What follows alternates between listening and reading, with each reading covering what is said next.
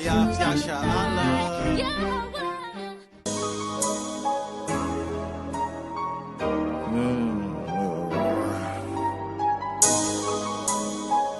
Plantation.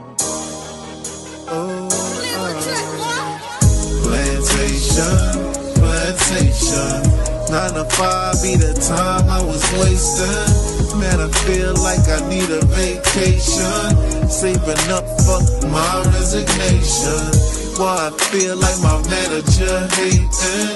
Ain't the one for no verbal castration. This government ain't giving reparation. We'll go to crime trying to fight the temptation. Rejoice in tribulations, demonstrate patience in every situation, picking up the pieces to their heart restoration. People broken hearted and in need of salvation. We in captivity, we done lost our history, disconnected from his laws, now there's no integrity. Here's the book and let them see, because they dying in these streets, walking in darkness, and where the carcass is, the eagles be. Walking in darkness and where the carcass around us like vultures, murder on their mind when they approach us. Let your light shine, watch them scatter like roaches. Babylon falling cause we taking back our culture. Heal our land, Abba now, put us back in agriculture. This word burning them up, Romans is a flamethrower. We prophesy destruction, nukes coming, game over. International, continental, ballistic missile. Them bombs dropping like rain, no drizzle. The lake of fire make them sizzle, showing fruits of the spirit. We don't gather figs of thistles. That's the dog. You know, so just like you were saying.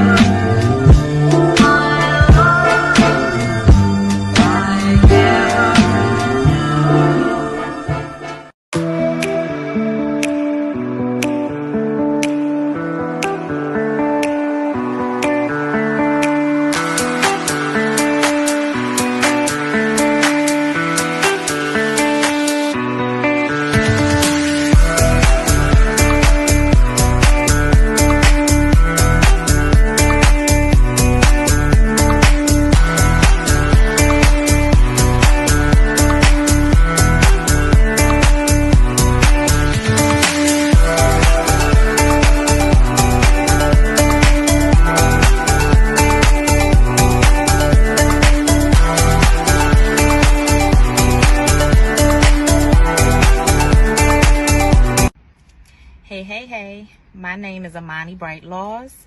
I'm a travel business owner. My business is Always Shine Bright Travel, where we help you discover your next bright destination. I want to talk to you really quickly today about becoming a travel business owner. Listen, if your passion is traveling, if your passion is exploring the world, if your passion is wanting to travel and explore the world, then you should become a travel business owner, okay? I have 2 easy ways to get started. Less than 1 minute, okay? The first way, up here, our website, travelagentworkshop.com.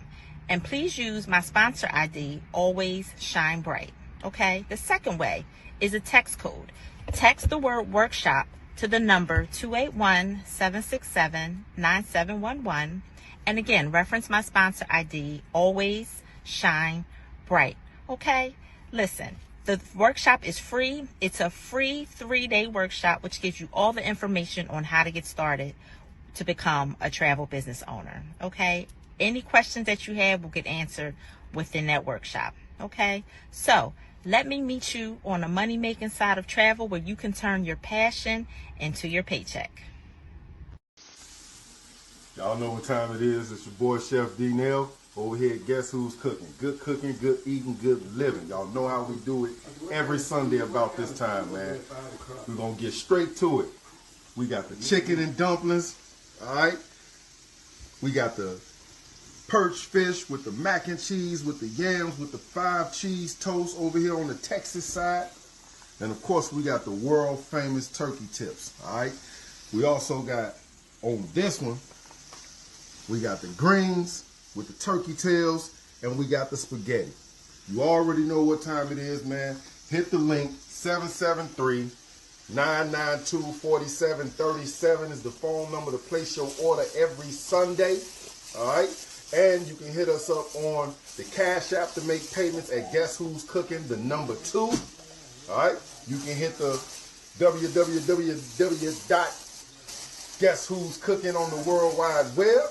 You can catch us on Facebook Marketplace under Guess Who's Cooking. And, of course, on TikTok, man, at Guess Who's Cooking. Come on down. Get your orders.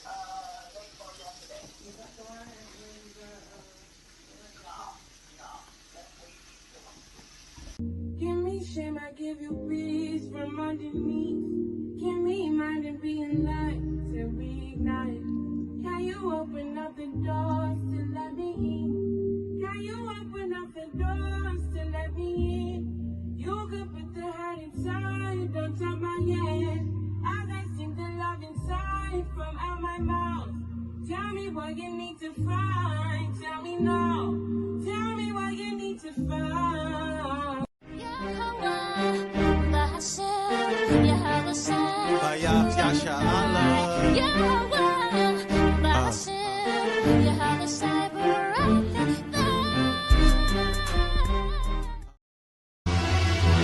Living, we ride for Yahweh.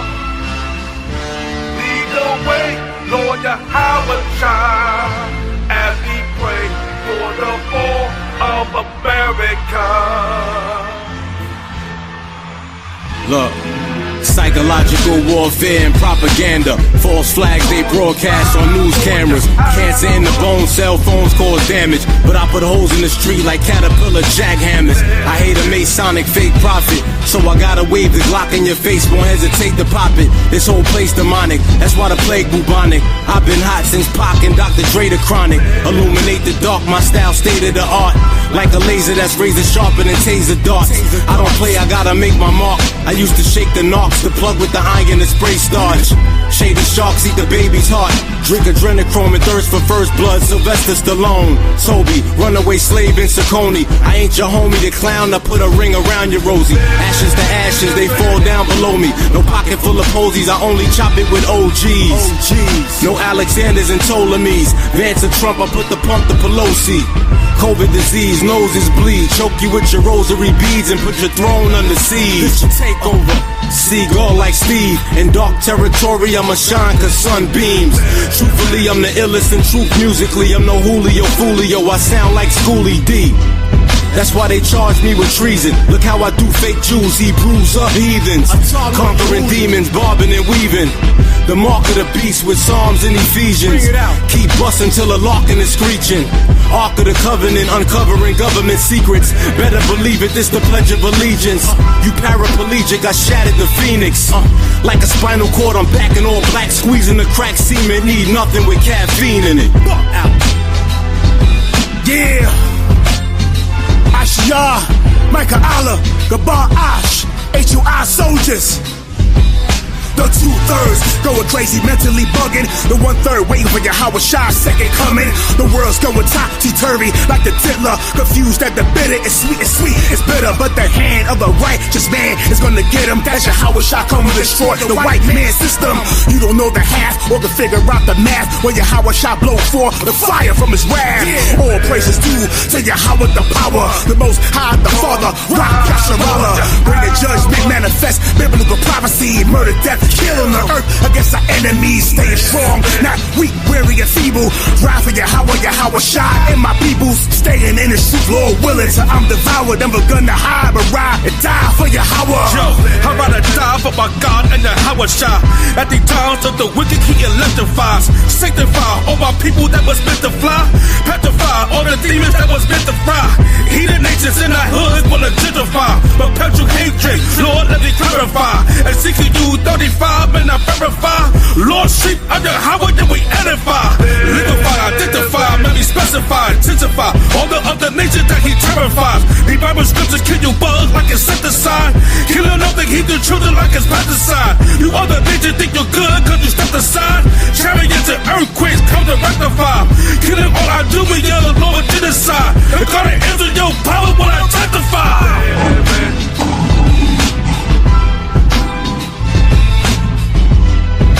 Get that just 15 and 11. All the innocent blood cries. The Lord heard the blood. Now it's time. The judgment is here. The judgment is here. The judgment of Eleanor Bufford. The judgment of Michael. The judgment of all the brothers that suffered. Emmett Till is here now. You ain't gonna escape the judgment of the Lord. God is bringing it.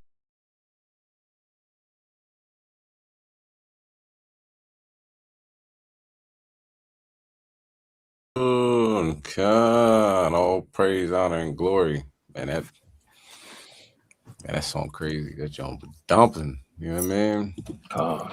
You know, that's the spitters. You know what I'm saying? NYC. You already know what it is. You know. So we're gonna talk about this class today. You know what I mean? We calling it sliding on the Opps. Sliding on the Opps. I'm a Chassadyah, HOI Philly, and my swordsman today.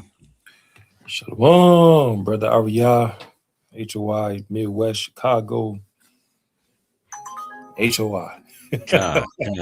He's all over everywhere like broken glass. You know what I'm saying? So, all right, we're gonna get started with the Lord's Prayer in Paleo Hebrew, Book of Matthew, chapter 6, verse 9 through 13. Abanawa, Shabbat Shemayim, Kodash, Hayah, Shemka, Yahweh, Malachbaka, Thaba'ah, Ratazaka, Ayah, Aisha, Baratazah, Kawa, Ayah, Bashemayim, Natananawa, Lacham, Kau, Yawam, Wasalafnawa, Kabawahnawa, Kasalafnawa, Kabawahnawa, Wala'ah, Thabinawa, Banasai 1, Abal, Hawashayanawa, Mayan, Rai, Kaya, Laka, Hamalakwa, Wa'ala, Wata Palaraf, Labulumnium, Aman. Khan. All right. Let's get started. Okay. If you don't know what it means to be sliding on the Opps, just stay tuned. You will soon know what we are talking about. All right. This is the Wednesday wake-up call, talking about the current events that's happening around the world and tying it to biblical prophecy. All right. Living in the last days, that is crucial. You know what I mean? So without further ado, let's go with the book of Psalms, chapter 79 and verse 9. So, you know, of course, we're giving all praise, honor, and glory to Yahweh, Ba'ashem HaMashiach, Yahushai, Yahweh being the name of the Heavenly Father, Yahushai being the name of his only begotten Son, who the world ignorantly calls Jesus Christ. Okay, Kwom Yasha'Allah, that means rise Israel in Paleo Hebrew. And who is Israel? It's your so-called Blacks, Hispanics, and Native Americans, according to the Bible. You know what I mean? Your nationality was hidden from you. That's why you hear about people talking about the lost tribes of Israel. It was hidden from you, but now we waking up. It's the last days. Things are becoming blatantly obvious if you have been paying attention. But you know what I'm saying? Sometimes there's so much going on, it's difficult to pay attention. So we're just going to try to condense the things that's going on within a week in this class tonight. All right. Called Sliding on the Opps. All right, King, you can bring it out.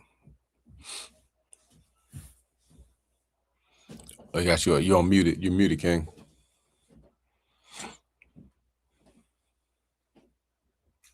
Shalom, can you hear me now? Khan, you there? Okay, Khan. It's the book of Psalms, chapter 79 and verse number 9. Help us, O God of our salvation, for the glory of thy name, and deliver us and purge away our sins for thy name's sake. Khan, read on. Khan. Wherefore should the heathen say, where is their God? Let him be known among the heathen in our sight by the revenging of the blood of thy servants, which is shed.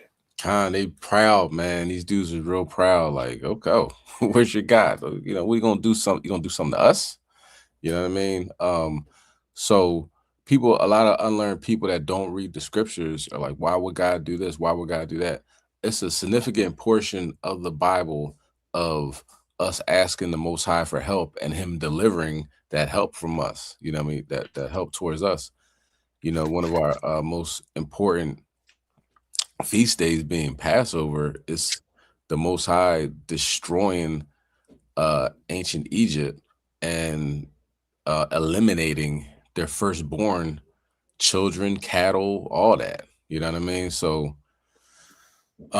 unfortunately, Christianity has left its mark on the world, and you know, unless you're reading it for yourself, then you might miss. You're probably going to miss a whole lot that's in the Bible. You know what I mean? Go ahead. Can you read next verse? God. Verse number 11.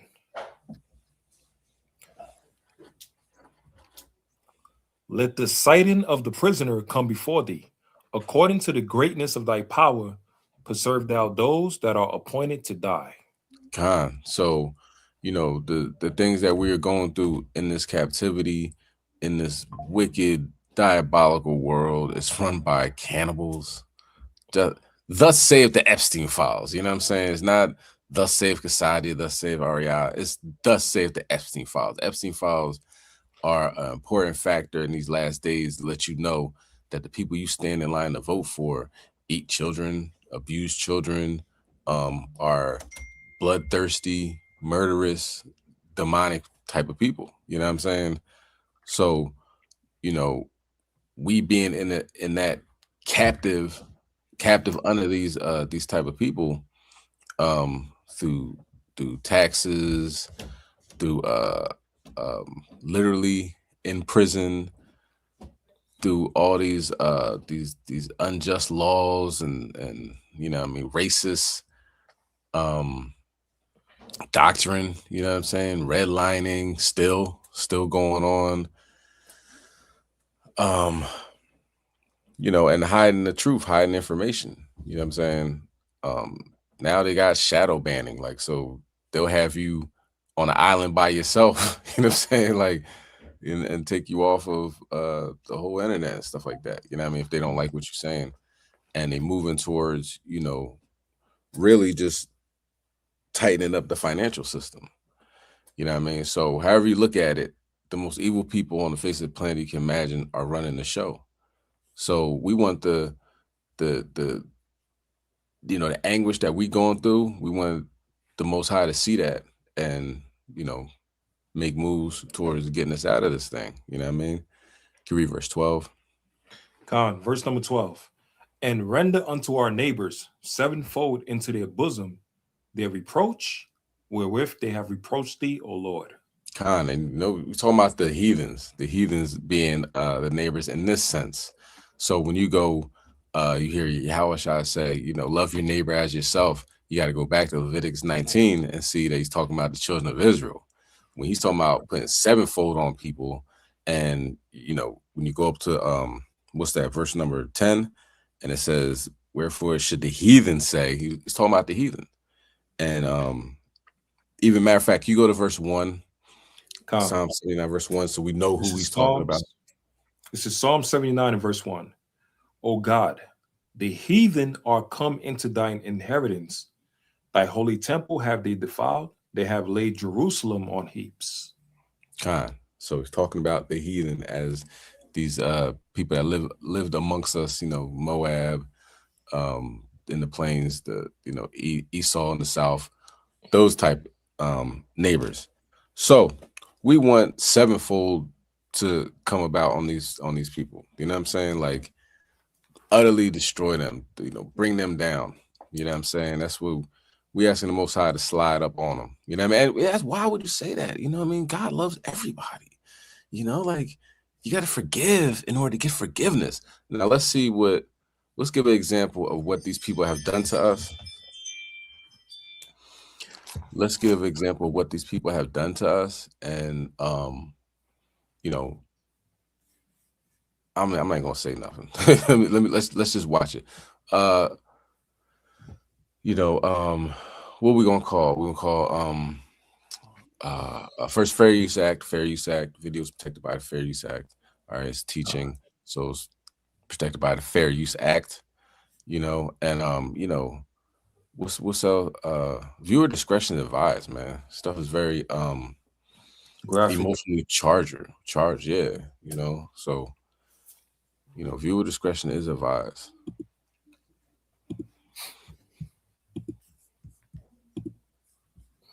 You know what used me? I was used. How did you make your money? Being tested, being a human guinea pig. They cut my back, cut some pieces out, layers of skin. I was on the LSD test. They had a test back then where they were burning guys like radiation. Yeah. I had took the toothpaste test in the mid-60s at a very early age. I lost all of my teeth by the time I was 23 years old. We've seen Holmesburg becoming a house of horror, and we've seen the doctors becoming Frankensteins. They had bandages on them, on their arms and their backs and their chests. Right away, it gave me a chill. The ominous walls of Philadelphia's Holmesburg prison. Experiments on prison inmates in Pennsylvania. It really was the Kmart of human experimentation. Living conditions was bad. Hundreds of former inmates who, for pay, had agreed to participate in medical tests. Caged guinea pigs, now suffering the health consequences years, even decades later. Horrendous experiments, surgical procedures that were really horrific. Funding from major pharmaceutical companies. The evidence is incontrovertible. We're living proof that it happened. And what went on there was nearly forgotten. Why were these records destroyed?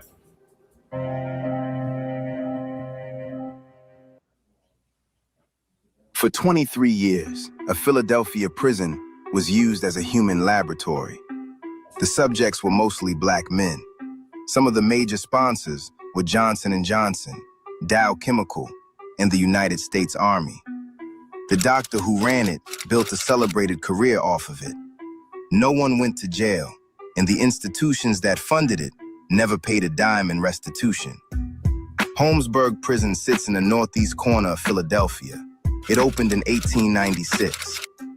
Red brick, guard towers, a wagon wheel design that let officers monitor multiple cell blocks from a central hub. The men inside called it the Terror Dome. By 1951, Holmesburg was housing roughly 3,000 men, most of them awaiting trial, not yet convicted of anything, most of them black, most of them poor, most of them trapped by a bail system that made poverty its own kind of sentence. Some were locked up for minor offenses like shoplifting or disorderly conduct. If you couldn't afford 10% of your bail, you sat, you waited. That could mean months, it could mean years. There was almost no work inside. If you were lucky enough to get a job pushing a broom across a cell block floor, you earned somewhere between 25 and 50 cents a day. A lot of guys in Holmesburg prison was paying heavy prices because they had no money. And money at that time was cigarettes. Some guys were being raped, some guys were being stabbed, and some guys were being brutally treated because they didn't have money. So I knew that I did need money in places such as Holmesburg. 10 cents a day, 25 cents a day at tops. And the experiments paid, the less they would pay is like $1 for some tests, and some experiments that went on paid other things. I still believe what had happened with all the experiments I was on, they gave us chicken fee because we were in need for money. This was a well put together project where they saw the situation, they examined it, they studied it, and they knew what to do to get top performance from all of us. So I think what they did was they played us, and they played us well. In 1951, a University of Pennsylvania dermatologist named Albert Kligman walked into Holmesburg prison for the first time. He was there to examine an outbreak of athlete's foot among the inmates. Routine on paper. But when Kligman walked through those cell blocks and looked at the men, hundreds of them, idle, pinned in, what he later described seeing was not a population of human beings in distress. He said, "All I saw before me were acres of skin. It was like a farmer seeing a fertile field for the first time." That quote has followed Kligman through history, and it should. because it tells you exactly how he saw those men. Not as patients or even people, but as raw material. Kligman was 35 years old.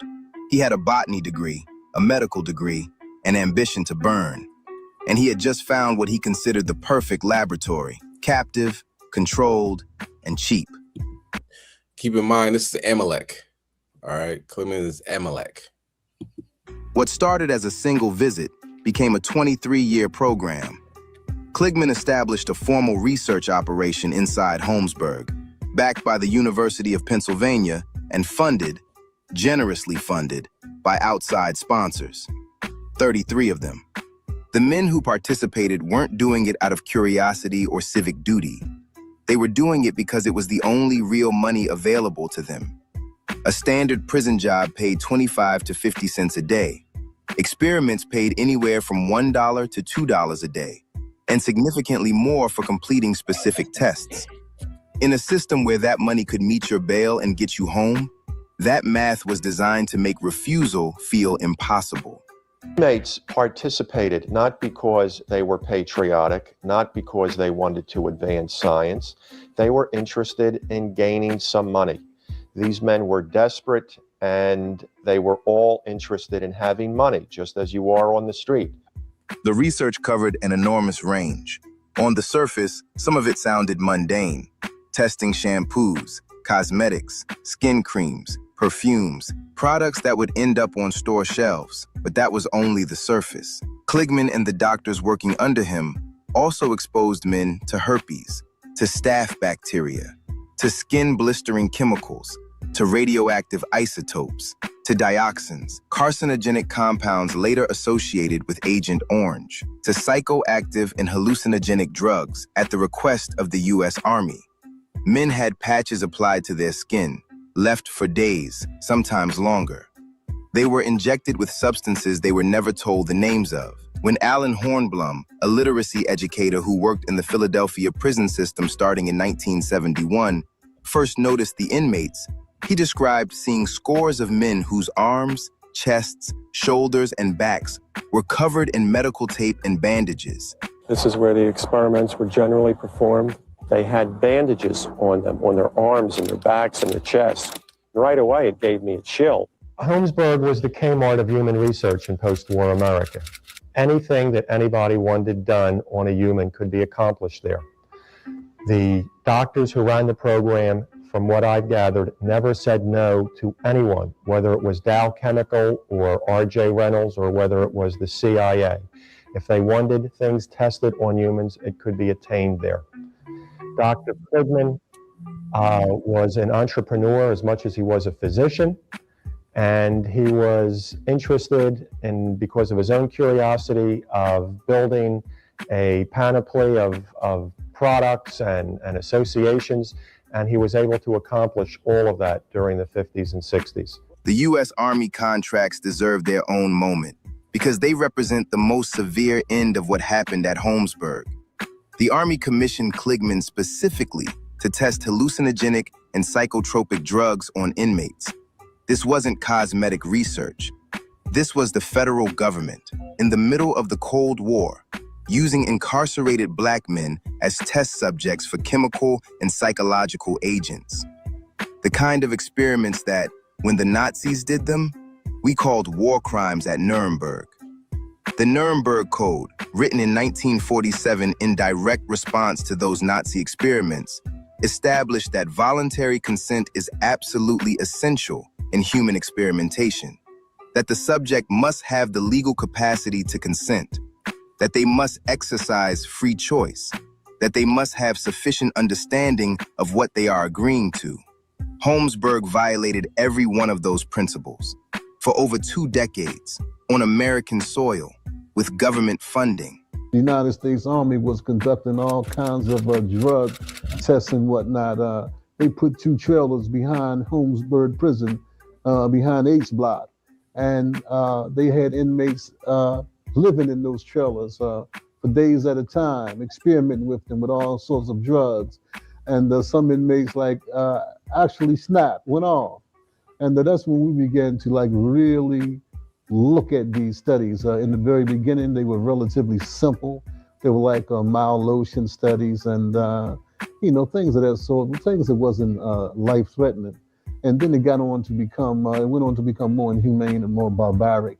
So what happened was, out of concern, we just started talking about it was time for them to, go back to what it was or either stop it.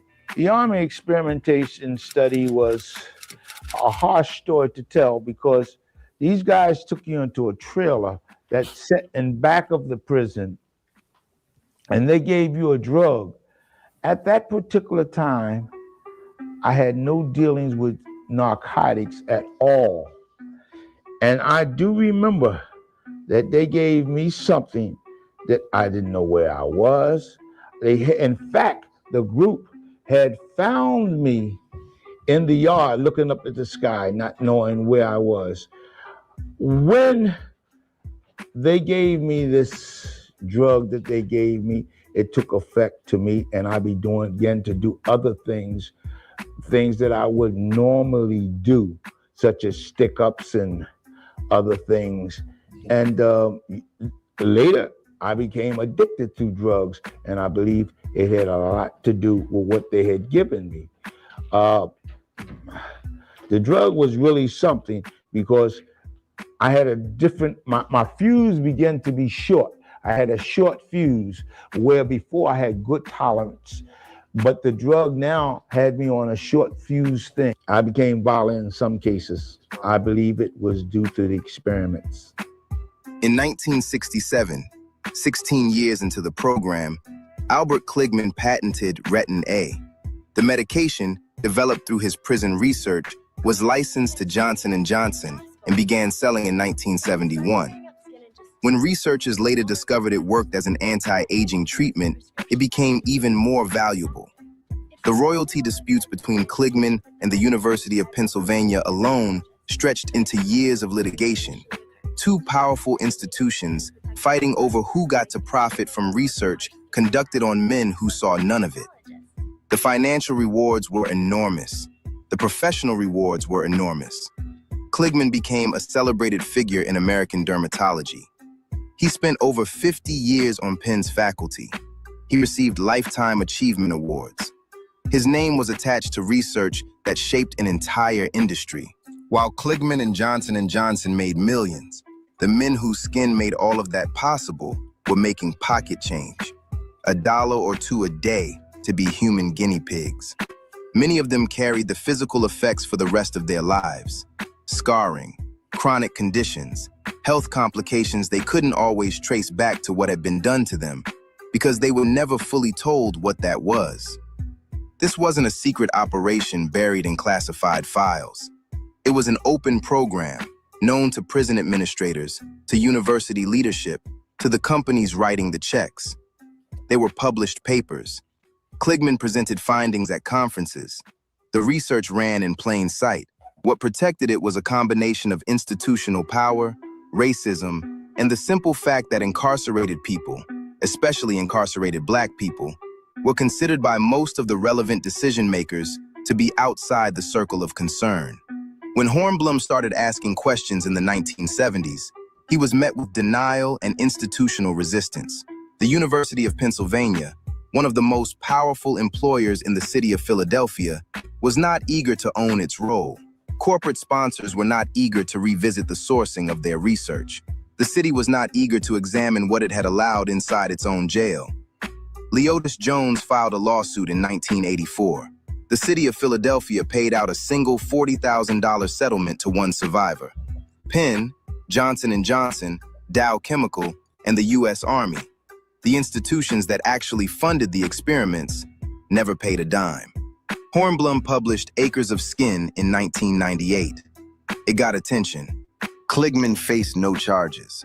He died in 2010 at 93, a revered figure in his field, a multi-millionaire, and on Penn's faculty till the end. In 2021, Penn Medicine's dean issued an apology, calling Kligman's experiments disrespectful. In 2022, Philadelphia's mayor issued a formal city apology. In 2023, the College of Physicians, the same institution that had given Kligman a Lifetime Achievement Award in 2003, while survivors protested outside, issued its own apology. Just words. No financial reparations. No systemic accountability. No admission of legal liability. Survivors and their families are still pushing. They want the institutions that profited to do more than issue statements. They want Kligman's legacy in the scientific community reconsidered. They want the harm acknowledged in material terms. If you want to go deeper, Alan Hornblum's book, Acres of Skin, is the definitive account. The survivors' testimonies are a matter of public record. And if this story made you feel something, share it. These men deserve to be known. Absolutely. Okay, so, and that's Amalek, so-called Jewish man, doing experiments on our brothers in prison. And, you know, that's far-reaching. You know what I'm saying? It's far-reaching. You can think about it as they got caught in Philadelphia. You look at, you know, going down to Atlanta at 5 points. How many of our brothers are bugged out down there? Going to Raleigh, North Carolina, that down to how many people, how many of our brothers are bugged out down there? You know what I'm saying? And like the brother was bringing out in Philly, he's like, I had a short fuse. I didn't know. You know what I'm saying? Just started snapping on people and doing stick-ups and robberies and things of that nature. So, you know, when they say, oh, just the lotions and stuff like that, but, you know, the CIA putting in the Pentagon, you know, using LSD experiments, you know what I mean? That's MK Ultra, you know what I mean? So you never know what brothers, these are my old heads, you know what I'm saying? You never know what brothers had to go through when they're locked up in this white man's prison system, you know what I'm saying? And come to find out, brothers are being experimented on. So the Lord got something for these people that they have no idea. They have no idea what's in store. It's like I was getting some feedback. All right. We set up. Let's get some feedback. I was hearing some double talk or whatever you want to call it. Let's go to Isaiah 61, verse 1. Because the Most High God has something in store for them. A formal apology. After he's dead, you know what I mean? After he's been on the payroll, you've been giving him checks for 50 years. After he got a Lifetime Achievement Award, you know what I mean? After all these allocates and, you know, probably got buildings named after him and everything like that. Now it's like, oh, yeah, you know, he was experimenting on you. My bad. Sorry. You know what I'm saying? But, you know, all right, how about some reparations? How about some, you know, some real acknowledgement? This, that, and the third. Now, we good. We did say sorry, though. You know, and that's Esau's thing, man. He does whatever he wants to do. And then when things get, you know, back against the wall, so to speak, you know, if people are paying attention and say, oh, sorry, you know, hey, at least I apologize. And sometimes they don't even do that. But anything other than that, it's not going to happen. So, of course, we call on the name of Yahweh Shem Yahushua to destroy these people. You know what I mean? Make it public. Go ahead, King. You can bring it out. It's the book of Isaiah, chapter 61, and verse number 1. The Spirit of the Lord God is upon me, because Yahweh have anointed me to preach good tidings unto the meek. He has sent me to bind up the brokenhearted, to proclaim liberty to the captives, and the opening of the prison to them that are bound. So the people that have been destroyed, have been, you know, taken advantage of throughout history. You know what I'm saying? These are the people that the Most High is sending his son back for. It ain't for everybody. You know what I mean? Let's get Amos 9 and 8 on deck. We're going to watch this video. Now, the thing that they're talking about is apparently pastors all went into this room, Airbnb facility, I don't know, right? And they had government agencies with them and said, get ready because you're we're going to release things on so-called UFOs that could really mess up, you know, people's perception on the Bible and God. You know what I'm saying? So now, without further ado, like one after another, each one of these pastors are coming out saying they're not angels, they're demons. They're not angels, they're demons. Now, I'll give Esau a little bit of credit. Yes, they're going to be treating you as if they're demons. You know what I'm saying? You're going to get that demonic side to you know, those dark angels around you. You know what I mean? You're going to get evil angels around you. So yeah, you call them whatever you want to call them, but they're going to be plaguing you and disrupting your everyday life from now until the time YAH comes back. And there's virtually nothing you can do about it. So we're going to watch this video of an admiral in the U.S. Army, 30 years, that he said, you know, he pretty much he's pretty spot on with it. You know what I'm saying? Like, you know, we're being watched. You know what I'm saying? And it's really you know, we're powerless to fight them. Okay, so let's give him his words. His words, not mine. But if they want to, you know, do experiments on people, then guess who's going to get experiment on next? You. As mystery over the UFOs continues to be a talking point in America, a retired American admiral has now stirred a hornet's nest with his fresh claims on aliens. In an interview with the media portal, Tim Gallaudet, who served 32 years in American Navy, claimed that aliens do exist. He said, and I'm quoting him here, "We are being visited and surveilled by a higher order of intelligence, one we do not understand." According to him, the phenomena was seen in air as well as water, maintaining that humans are not alone in this universe. He stressed that Americans have the right to know about this new reality. In the past, he has also testified before the U.S. Congress regarding these claims.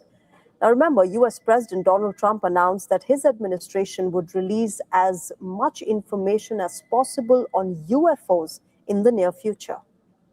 We're going to be releasing a lot of things that we have, and I think some of it's going to be very interesting to people. I've interviewed people, my first term primarily, but I interviewed some pilots, very solid people, and they said they saw things that you wouldn't believe. So you're going to be reading about it. In the last few months, speculation has been rising about those linked to UFO research and those seeking disclosure on aliens. For instance, the sudden death of UFO investigator David Wilcock, allegedly by suicide, sparked a controversy last week. Serving as a director of Chassadyah aerospace firm, Wilcock was a major figure in the disclosure movement, which believes that the U.S. government must reveal secret information which it allegedly holds about UFOs and life beyond Earth. And this is not all. American agencies, including the FBI, Department of War, and NASA, have all intensified their probe over the disappearance and the death of 11 American scientists allegedly linked to UFO research. Speculation is that they were targeted by America's enemies owing to their nature of work. So they're saying that they were targeted by America's enemies. Well, you could say that. You know what I'm saying? You could actually say that. But you know what it ultimately comes down to, and Esau's talking about this a lot, the so-called UFOs and releasing information on them. Of course, we don't need that. You know what I mean? They're all throughout the Bible. You know, whether it be Ezekiel, Zechariah, the Israelites being led out of captivity in ancient Egypt, YAH coming back with 200 million angels. They're all throughout the scriptures, okay? But whatever they're going to release, you know what I'm saying? If it deviates at all from what you already learned in the Bible, then of course you can just refute that and, you know, pass it, throw it away. You know what I mean? But what they're doing is going to, you know, open up some people's eyes to want to go further and check out more what it is. You know, this might be the time for their Project Blue Beam. You know what I mean? I was very vocal about that, and like, you know, all right, yeah, they could do it. What's going, you know, but I would like to see how they would make this work. You know what I'm saying? Like, how are they going to make this seem a reality to people that are just looking like, I got bills to pay. You know what I'm saying? Like, my gas is $5 a gallon. I don't really care about what these fake aliens are talking about. But we'll see. If they do release the reports and videos, then that'll open up a whole, a whole group of people that probably never even really looked into the subject. And that'll be a time for them to realize that it's all throughout the Bible. You know what I mean? But we'll see. Let's bring that out, King. Amos chapter 9, verse 8. Con. It's the book of Amos, chapter 9, and verse number 8. Behold, the eyes of the Lord God is upon this sinful kingdom, and I will destroy it from off the face of the earth, saving that I will not utterly destroy the house of Jacob, saith the Lord. Con. So we talk about sliding on the ops. Like, you could slide, right? Wouldn't recommend it. You got your gun, it's loud, you know what I'm saying? It's going to get other witnesses, looking at the scene, and, there's cameras everywhere, and then you go to jail, prison, and you're going to miss all the festivities. You're going to miss all the fun because you want to slide by yourself. He said, vengeance is mine. You know what I'm saying? You ain't got to do that. Let the Lord do what the Lord does. He says he's a God of judgment. He says, I made Esau and I'm going to destroy him. You know what I'm saying? He said these heathens are in for a treat, paraphrasing, Malachi 5:15, that they don't even know. They can't even imagine what's going to happen to them. So when we talk about sliding on the ops, if somebody does do something crazy, right, which I don't recommend, HOI doesn't recommend, you know what I mean? When it comes down to it, how many people are you really gonna take out?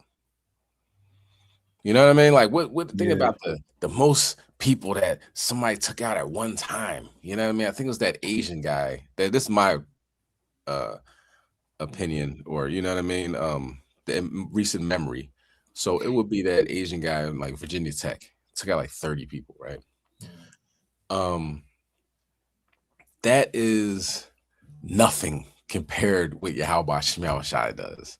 He will have an earthquake of a large magnitude occur, and it be thousands taken out of here. You know what I'm saying? And then along with a tsunami, and it's more thousands, and then homes destroyed, and then and then the after effects. The first of all, it was an 8.8 magnitude earthquake, right? Boom, tsunami came in, but then the survivors, there's no food. They try to get help to them. It's going to be a crazy storm. They can't even get to them. It's going to be aftershock after aftershock. People can't sleep in their houses. They sleeping in their streets. The effects of Yahweh Shai sliding on the ops is way more violent and way more destructive than we could ever do. You know what I'm saying? So the main thing that, we come into the understanding is that let God do what God does. Don't just sit there twiddling your thumbs, or what Naquan says, picking your toes. Right. Get involved. You know what I mean? By what? Fasting, praying, asking for Yahweh Shai to judge this place and uplift Israel. You know what I'm saying? Hey, Salakia, quick thing. Remember that situation that happened with the Assyrians, with Assyria? It went from 7,000, and then it kept going up. 7,000, 14,000, earthquake. 21,000. It went up to like around 40-something thousand. Yeah. Like you saying, like when God brings judgment, it's not just, he'll kill 1 or 2 people and that's it. Everything is like kill multiple birds with one stone. Right? What you had, like the Lord said in Zephaniah 3, he said, basically, to be patient and wait upon me until I gather the heathens. Right? For that persecution, till I gather the heathens so I could and pour out my righteous indignation on them. Like he's saying, be patient and wait till he line all the enemies up that we have. You know what I'm saying? It's not just you hate one heathen and one Edomite and you hate them all, but let me just get one and I'm good. Nah, the Lord like, bro, idiot. He's a man of war. He's a God of war. So with war, it comes to strategy. You got to be patient. You got to know certain baits to put out there. You got to understand the enemy so you can try to gather them up like a trap. And then you can get them all in one go. To where they're crippled. They can't fight back. They traumatized. Like even the plagues, the 10 plagues was basically the Lord crippling Egypt systematically. Finances, the diseases, the food that they had, the famine, the frogs, the water. They was crippled on every angle, every side. The 3 days of darkness is a buildup, right? So even like you said with the video with the angels, yeah, of course Esau know. There was an interview I seen last year about an Edomite. And you can tell you watch a lot of Israelite videos because he said the specific timeline. He said from the Babylonians, they was ruling for a bit, and then they got a bit proud, and then they seen something they had never seen before, and then the kingdom fell down. The Median Persians Empire, they was ruling for a bit, and then they got proud, and then a creature showed up to them they ain't never seen before, and then they fell down. So on and so forth, to the Greeks, to the Roman empires. And the guy was talking about the chariots. He's talking about the angels. He said every time a society is about to crumble, a world empire, superpower is about to crumble, creatures from out of nowhere will show up that mankind never seen in their life. And you thinking they just showed up one day. No, they've been here the whole time. They've been watching us the whole time. And now when it's time for a transition of power or for a mighty powerful kingdom to come down and for new rulership, they always show up before that happens. So if the Edomite know that, and they talking about the chariots, we in good hands, man. Yeah. And Esau gonna pay for all those experiments, the prisons and all of that stuff. He gonna pay for every single one of those. Because the Lord got angels for all his people. They always watching and taking notes, witnesses. So even though the Edomite might not see it, but these are angels of the Lord that's protecting his people. And also taking notes and watching as well, too. So he gonna pay for everything. Yeah. Khan, excellent point, King. Yes. And they're seeing, meteors. We talked about this before, meteors falling out the sky, quote unquote meteors, and then coming down, stopping and doing flips, doing tumbles, and flying off. So everything that you see that you would think is a meteor isn't a meteor. You know what I mean?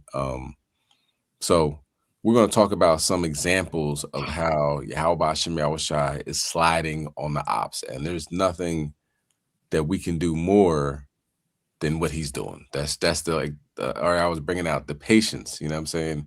Patience of seeing this thing unravel, unfold. We get to see Pharaoh's heart get hardened in real time. We are in the modern day Egypt, and we're seeing Pharaoh's heart get hardened in real time. He says, all right, we're going to go into Iran 2-3 days. Iran came out swinging. You know what I'm saying? It's like getting into a fight and you realize the person that you was trying to fight and take their chain or something like that can fight back. Right. And he's just boom, boom, boom, knocking your teeth out. You know what I'm saying? You like, damn, all right, ceasefire. Let me chill. All right, let me think. What am I gonna do? All right, I'm gonna let you keep your chain this time. You know what I'm saying? America is on a global scale is looking real weak. You know what I mean? The German prime minister, I believe, came out and was like, yo, America's getting embarrassed in front of everybody. You know what I'm saying? And then like 5 minutes later, Trump tweets out, we're gonna take our troops out of Germany. You know what I'm saying? Like he's like a little kid. You know what I'm saying? Because it's something that's solely obvious to everybody. You thought Iran was sweet. So they throwing these high-tech missiles that you didn't know that they had because your intelligence was garbage, obviously.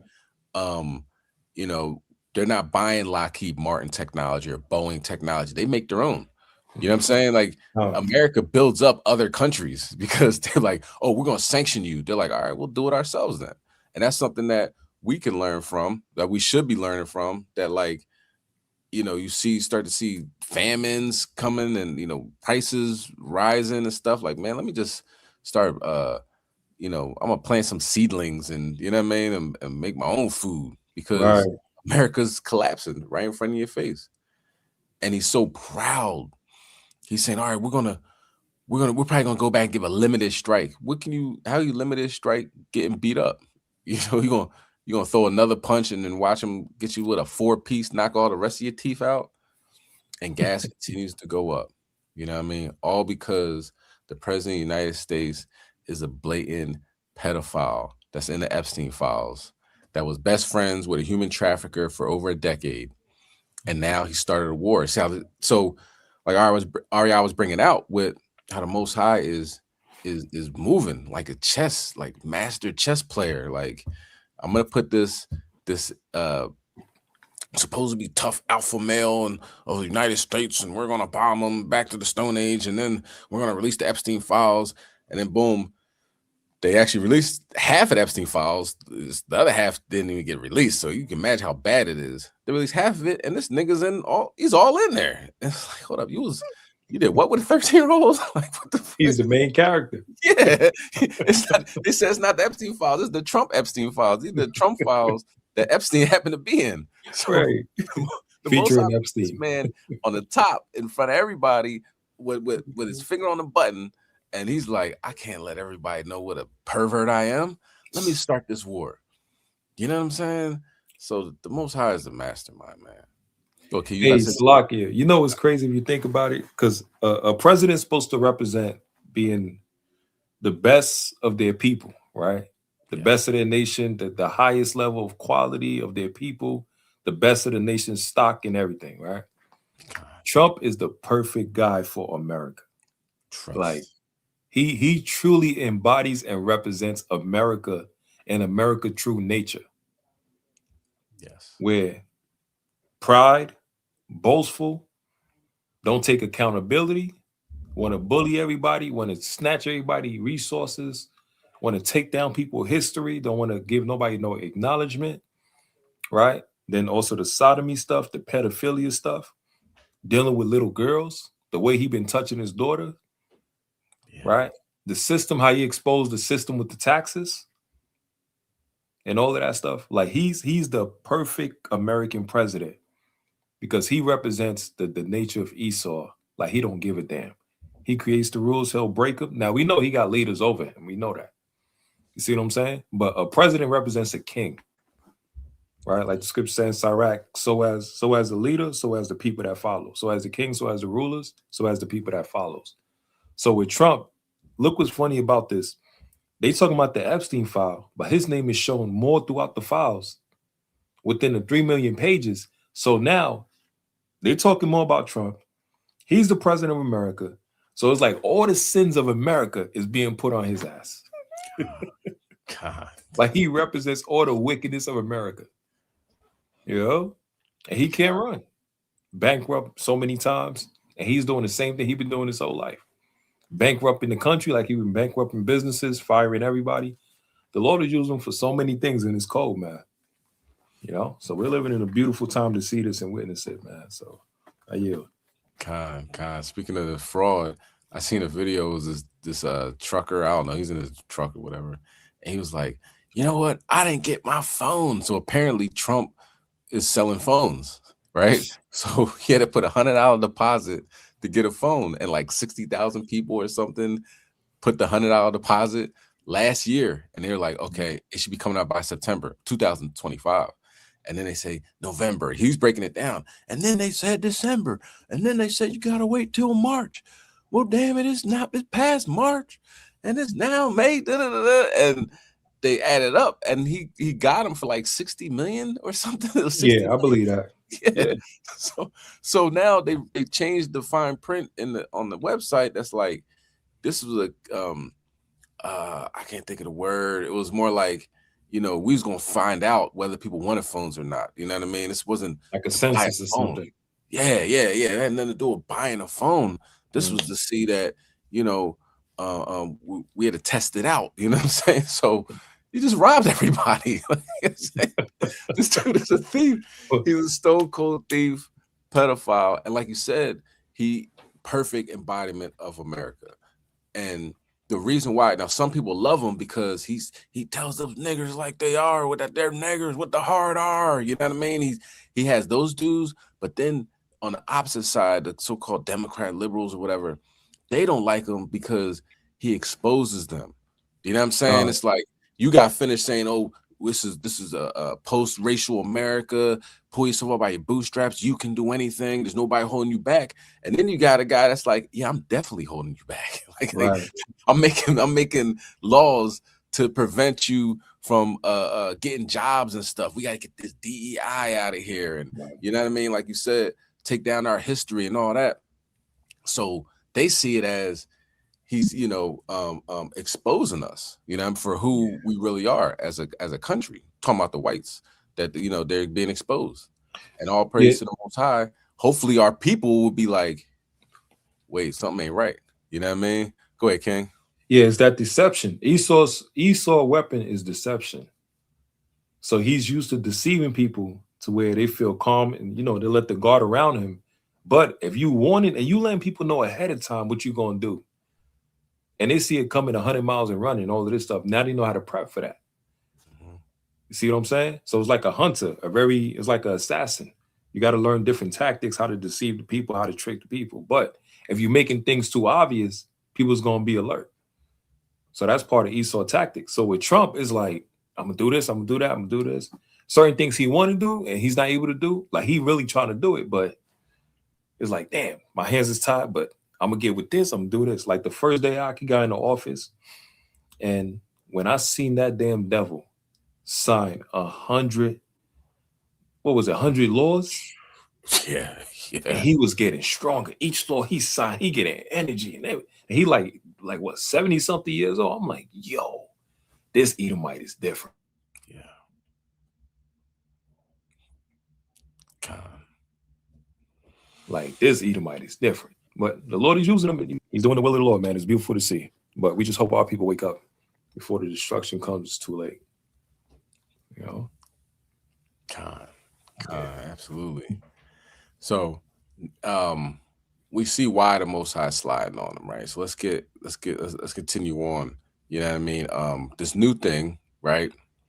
I guess it ain't new, but it's new because in the digital world that Esau will do something blatantly racist, right? Get itself fired or reprimanded, arrested, whatever, right? And then they come out and say, "Oh my God, these people are attacking me. I need a GoFundMe," or you know what I mean? And my family has been through so much, and da-da-da. Like, hold up, you started it though. You know what I'm saying? Like, and the brother's gonna bring it out. Like they'll start it, call somebody nigga, this, that, and the third, and then the internet will do its job and say, "Oh, this person works for such and such." You know what I'm saying? And then they get fired, and then they go on GoFundMe. And they get like $1 million because everybody else is racist. And they're like, "Oh man, I wish I could call one of them niggers without getting beat up." And I feel sorry for them. You know what I mean?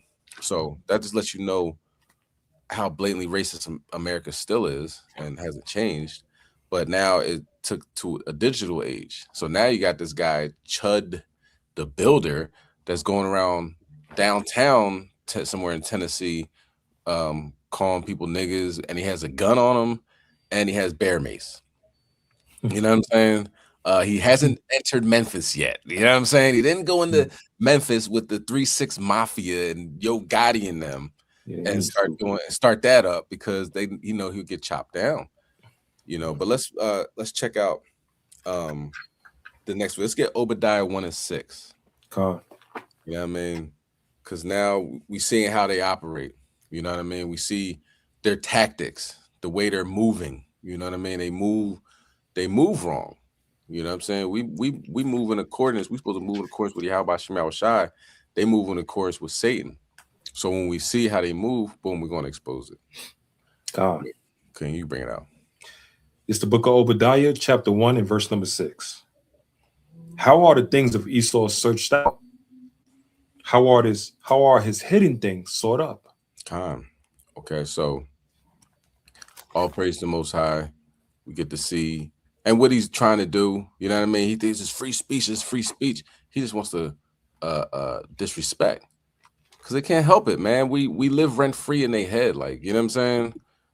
Like, they are weird. We are God's chosen people, so they try and see how, you know, they can be more like us, but at the same time, they love to hate. So let's check out this next video, and the bull is like a Fruit Loop too. All right, check this out. Every single time. Oh my goodness. So not too long ago, I did a video on this guy called Chud the Builder. It was at the time when every white person was trying to capitalize off of Shiloh Hendrix. Y'all remember Shiloh Hendrix? You know, the single parent mother. I mean, I just find that funny because all their stereotypes, all their accusations are nothing more than confessions. But I digress. You know, the single mother who called the black kid an N-word and nearly raised almost $1 million.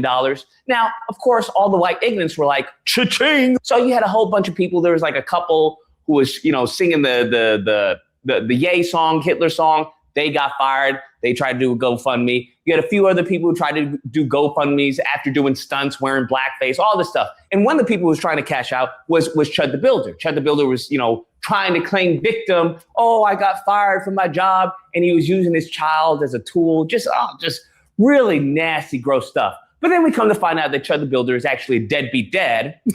He's a deadbeat dad, and he has nothing to his name. Now, what you have to understand is that when you have a white ignorant who's been put in a corner, right? Desperate times calls for desperate measures. So now he is trying to make a living out of going around calling black people the N-word. He eventually gets suspended on Kick.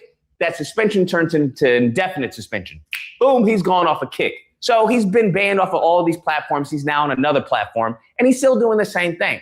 Now, the irony of all this, I want you to think about this. His whole shtick is to try and to antagonize black people into physical violence. That way he can say, oh, you're chimping out, you're chimping out. Now, there's so much to unpack there. There really is so much to unpack there. As I said, the lineage of evil, because you have to understand, they view it as a negative if you defend yourself. Anything that you do to try and empower yourself, as we can see with the Voting Rights Act, as we can see with the litany of laws and regulations that have been put in place to protect black people, they are now trying to use that to harm black people. It's just a lineage of evil, simple as that. We try to, you know, come out with black grants, you know, black scholarships. They say, hey, that's racist.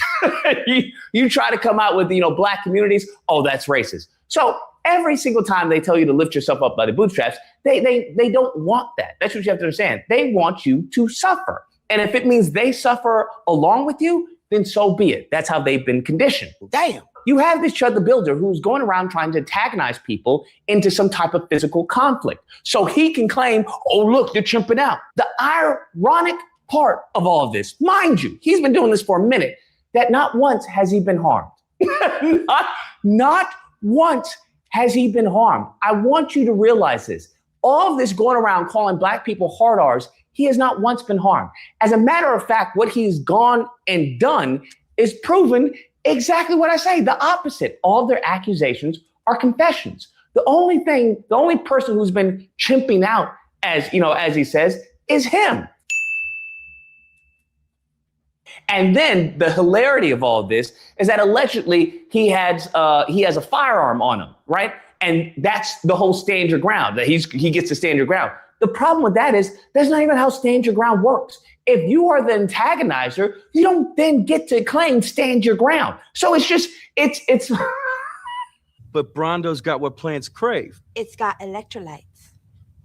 It's classic white ignorant. I don't know what to tell you. It's low IQ, knuckle dragging, Neanderthal mindset. That's what this is. And he's embarrassing himself by doing all of this. Now, I will say the moment in time, if something does to happen, because what you have to understand, these people, someone like this guy, he knows what he's doing, right? He'll never actually go and antagonize someone who's about that life, right? As they all are, because the lineage of evil, they're nothing but cowards, okay? As you can see with their history, all they do is try to harm women and children. They'll never go after men that can defend themselves, right? They'll never go after men that'll actually give them a run for the money. That's not what they want. They don't want conflict, because you have to understand it's an inferiority complex. That's what you have to understand, that many of these people are suffering from, especially many of the white youth.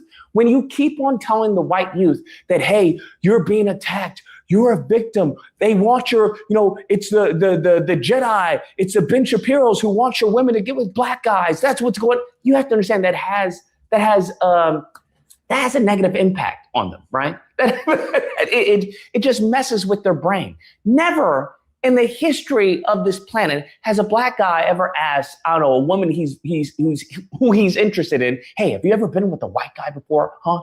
You got to tell me the truth. Have you ever been with a white guy? But you see that constantly, because they have no competitive edge right now. You have to think that back in the day, they had a competitive edge. Hey, they were the slave master. The woman couldn't go to work. He had all the money. All the cards were with him. Nowadays, as things have started to balance out, he's now seeing that he has to compete with everyone else, and he can't compete. He can't compete physically. He can't compete emotionally. He can't compete financially in many cases. And in the cases that he can compete financially, what happens? She ends up having an affair. He's out of line, but he's right. You find out that it's a dead marriage, right? She's just using you for your money because you have nothing else to offer. And that's what many of the youth are discovering, that, hey, you're actually going to have to, invest in yourself. You're actually going to have a personality to get with these women. That this whole concept of, oh, you're white, I'm white, you should come with me. That's not how it works nowadays. And now that these women are now, having jobs, they have their own money, there's nothing you can hold over their head.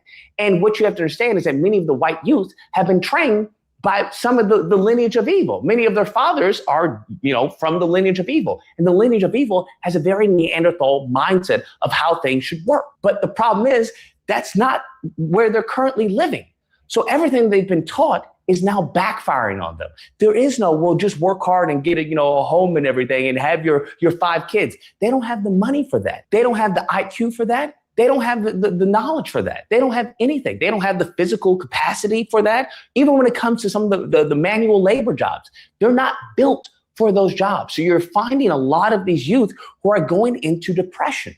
They're going into severe depression because they're realizing that they're inadequate for the world that's, in front of them, unfortunately. Damn. And, I don't have anything to do with it. I didn't do it. But how they're retaliating is, doing as Chud the Builder is doing. It's a form of cope, right? it's a coping mechanism that you're like, hell, I want to, I feel that I've been, done so poorly. My genes are going extinct.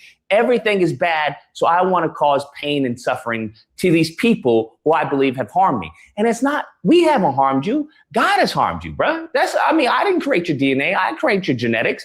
I didn't do anything. Black people had nothing to do with it. But that's never, good enough for these people. So they have to retaliate in some type of way. Now, the funny part in all of this, and honestly, I won't say it's funny, but it's really sad, okay, in my opinion, is that, it's a good thing nothing has happened to him, but it's also a bad thing nothing has happened to him. That there hasn't been any type of repercussions for the level of disrespect that he is levying against a community that has done nothing to him, mind you. It's gotten so bad to the point where he's going around to Black homeless people, offering them food, but it's contingent upon them giving, white people to say the N-word.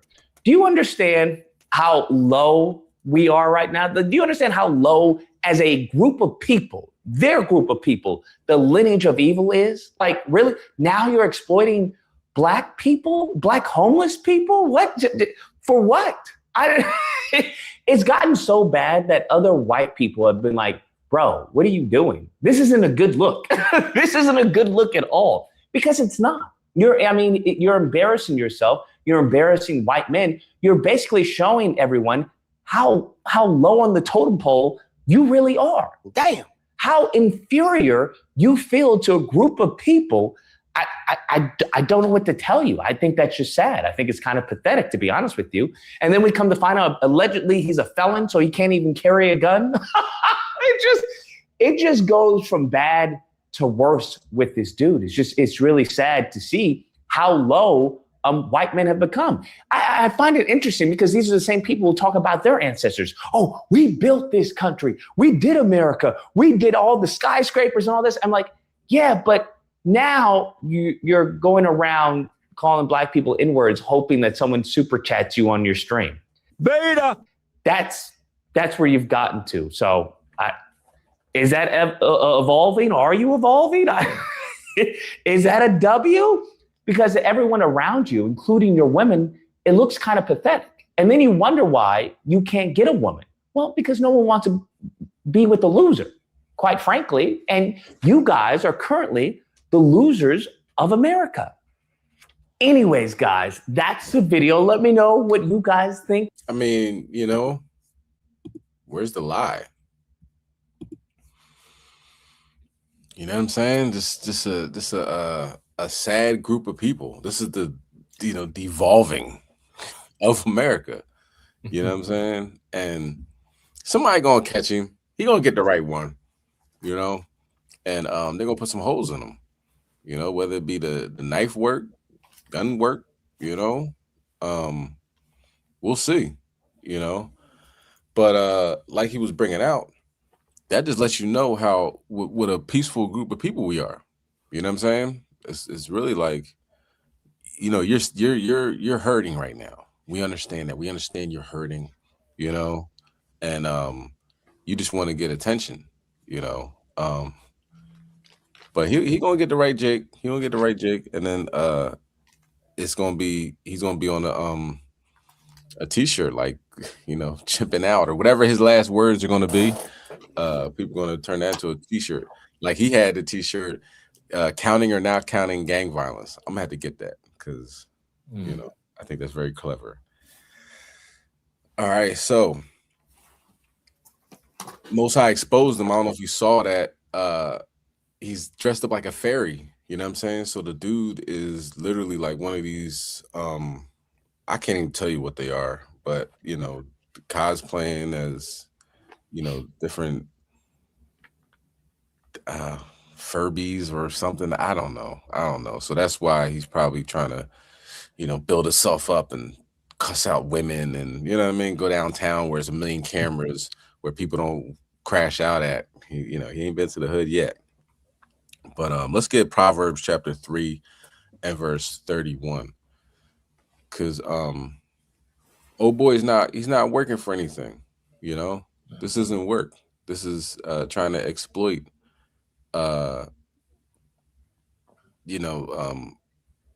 one of America's many flaws of blatant racism.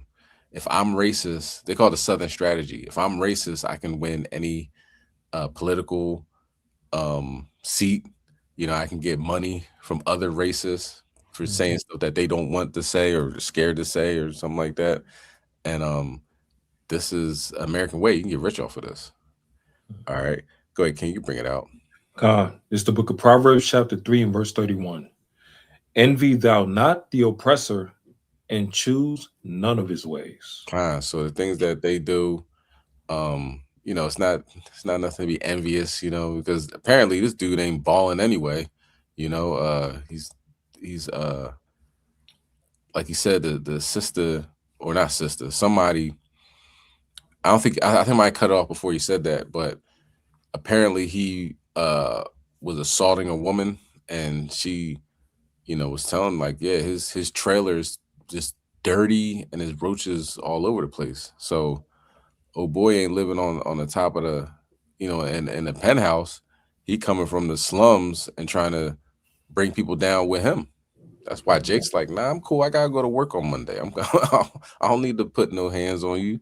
You know what I mean? But that's Esau. And the Most High is sliding on him because already he's embarrassed because a picture of him dressed up as a fairy has hit the internet. All right. Yeah, I got a quick precept. Just a quick one. This is Nahum chapter 3 and verse 5. Behold, I am against thee, saith the Lord of hosts. And I will discover thy skirts upon thy face, and I will show the nations thy nakedness, and the kingdoms thy shame. So just based on that video, what the Lord says he's against Esau, he's gonna discover his nakedness and his shame, and also the skirts. Like he was talking about with him dressing as a damn Tinkerbell, right? Upon thy face with the makeup and everything. Then it's showing the skirts, and then also the nakedness, like you were saying with the house, how dirty he living and everything and all of that stuff. And then it says thy shame and everything pertaining to the people, the kingdoms. So the whole world is seeing this, because this is an example of Esau. Proud as hell, weak, right? He's looking for mercy and sympathy, and then he want to portray us as the killers and the thugs and the murderers. But look, all the time he's trying to antagonize us as a people, and our people is peaceful. So it's making him look bad. It's making him look like a sore loser, and he's just recent, grasping for straws right now. And come to find out, behind the closet, this damn Edomite is a damn tooth fairy. God. You know? And he's an old man too as well. So everything about him is just weak, like just sad. You know? How you? God. All right. So, you know, the Most High gonna deal with him. You know what I mean? Already putting him out there like that. So now we got something else that just happened that we can't do. We can't, you know what I mean? We can't throw these type of shots that Yahweh Shem Shai does. You know what I'm saying? Let's get Psalm chapter 78 and verse 50. You know, so what we do, we fast, we pray, we follow the law, statutes, commandments, we meditate. You know what I'm saying? Meditate terror on this devil, man. You know what I mean? There's nothing you can do about it. You know, we're gonna stop somebody from praying, you know, stop somebody from I mean, they will, you know, they'll try. But God's way too powerful. He's doing so many amazing things on the planet right now that you can see Esau shaking in their boots. You know what I mean? Let's bring that out, King. This is Psalms chapter 78 and verse number 50. He made a way to his anger. He spared not their soul from death, but gave their life over to the pestilence. So let's check out the pestilence. All right. So from the ancient Egypt until modern day Egypt, let's look how Yahweh Shem Shai is destroying these people. 3 people are dead, and at least 3 others are sick after a suspected outbreak of what's called hantavirus aboard a cruise ship. Now, the vessel is currently anchored off the coast of Africa with nearly 150 people on board while health officials try to figure out next steps. Here's CNN's Larry Madoa.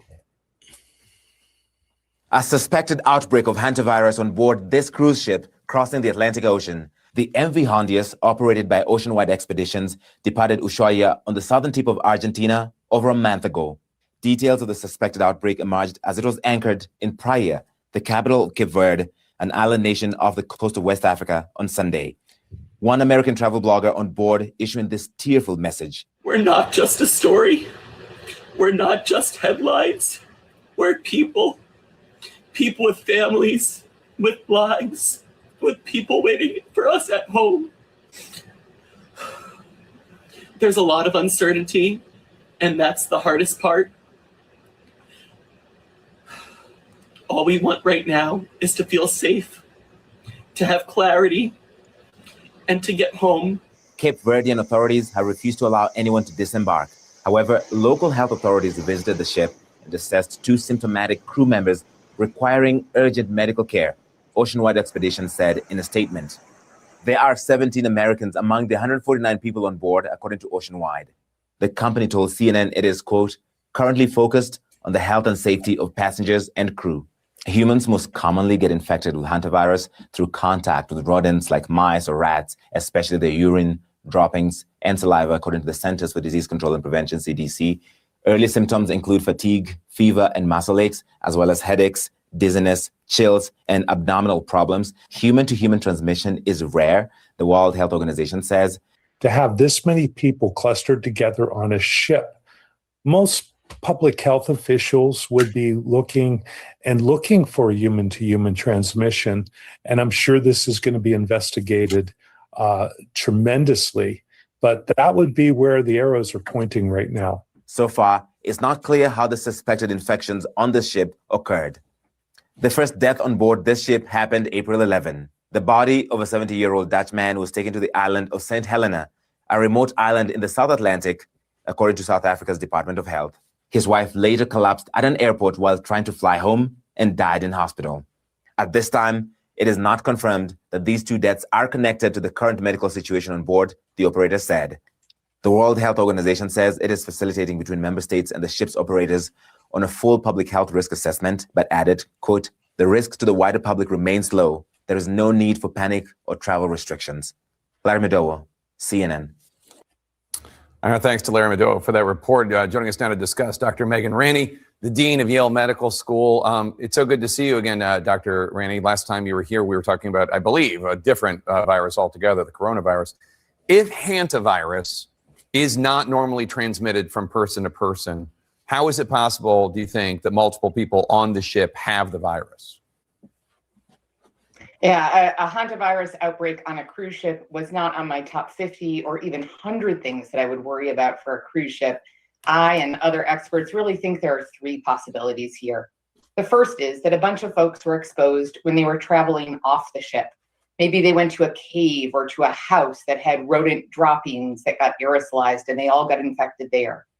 The second possibility, which would worry me if I were a cruise ship owner, is that there were mice or other rodents on the cruise ship that were running around and exposed a bunch of folks.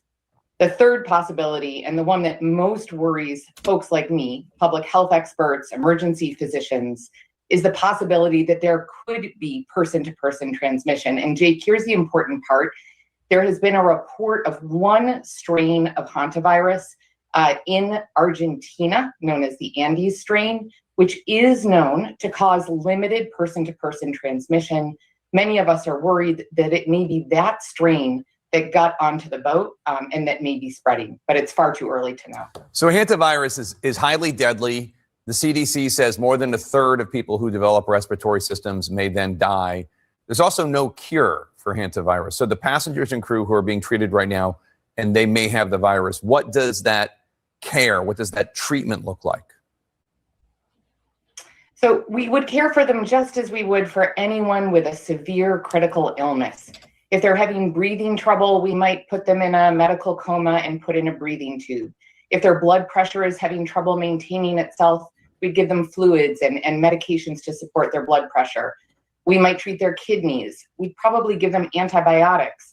An important thing to know about a hantavirus diagnosis is that it is tough to make. It's almost always a lab that we have to send out of the hospital. It's not my first, fifth, or even 10th thing on my differential diagnosis. And so you want to treat folks for everything that could be causing their symptoms while waiting for that send-out test to come back. So passengers are not currently allowed to get off the ship. Once they finally dock, will there have to be some kind of extensive testing to make sure the virus is contained? What do the next steps look like? So trying to figure out what the next steps are as we speak. I will say this is where I am so grateful for other great public health experts, and particularly for the expertise of the World Health Organization and other folks that work on pandemic preparedness. As Larry said, this is a very rare virus. We've had less than 1,000 cases in the United States in the last 20 years. The fact that we have international experts working to figure out what's happening with spread and what we should do next is amazing. Most likely, when folks get off of that ship, there will be some quarantine, but it is far too early to tell. We'll know a lot more in coming days as we start getting genomic data about whether this spread between people, where it came from, and so on. How is the World Health Organization responding to this suspected outbreak? Joining me now is Dr. Hans Klug. He's the Europe Director for the WHO. Thank you so much for joining us. I imagine you're very busy with this. What's the current plan whilst you figure out how to contain the virus? Is it to keep everyone on the ship and certain individuals isolated? Well, this is the first reported outbreak of the hantavirus on a cruise ship. So that's a bit of new territory, but the virus itself is not new. Indeed, it's carried by rodents. People get contaminated through inhaling particles, mostly from feces or urine. There were 5 suspected patients or people.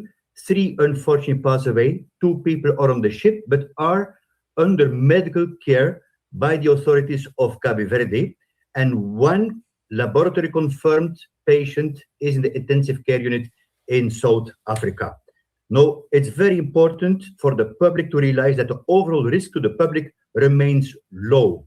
It's very tough to be transmitted human to human, though not impossible. When will people be allowed off the ship?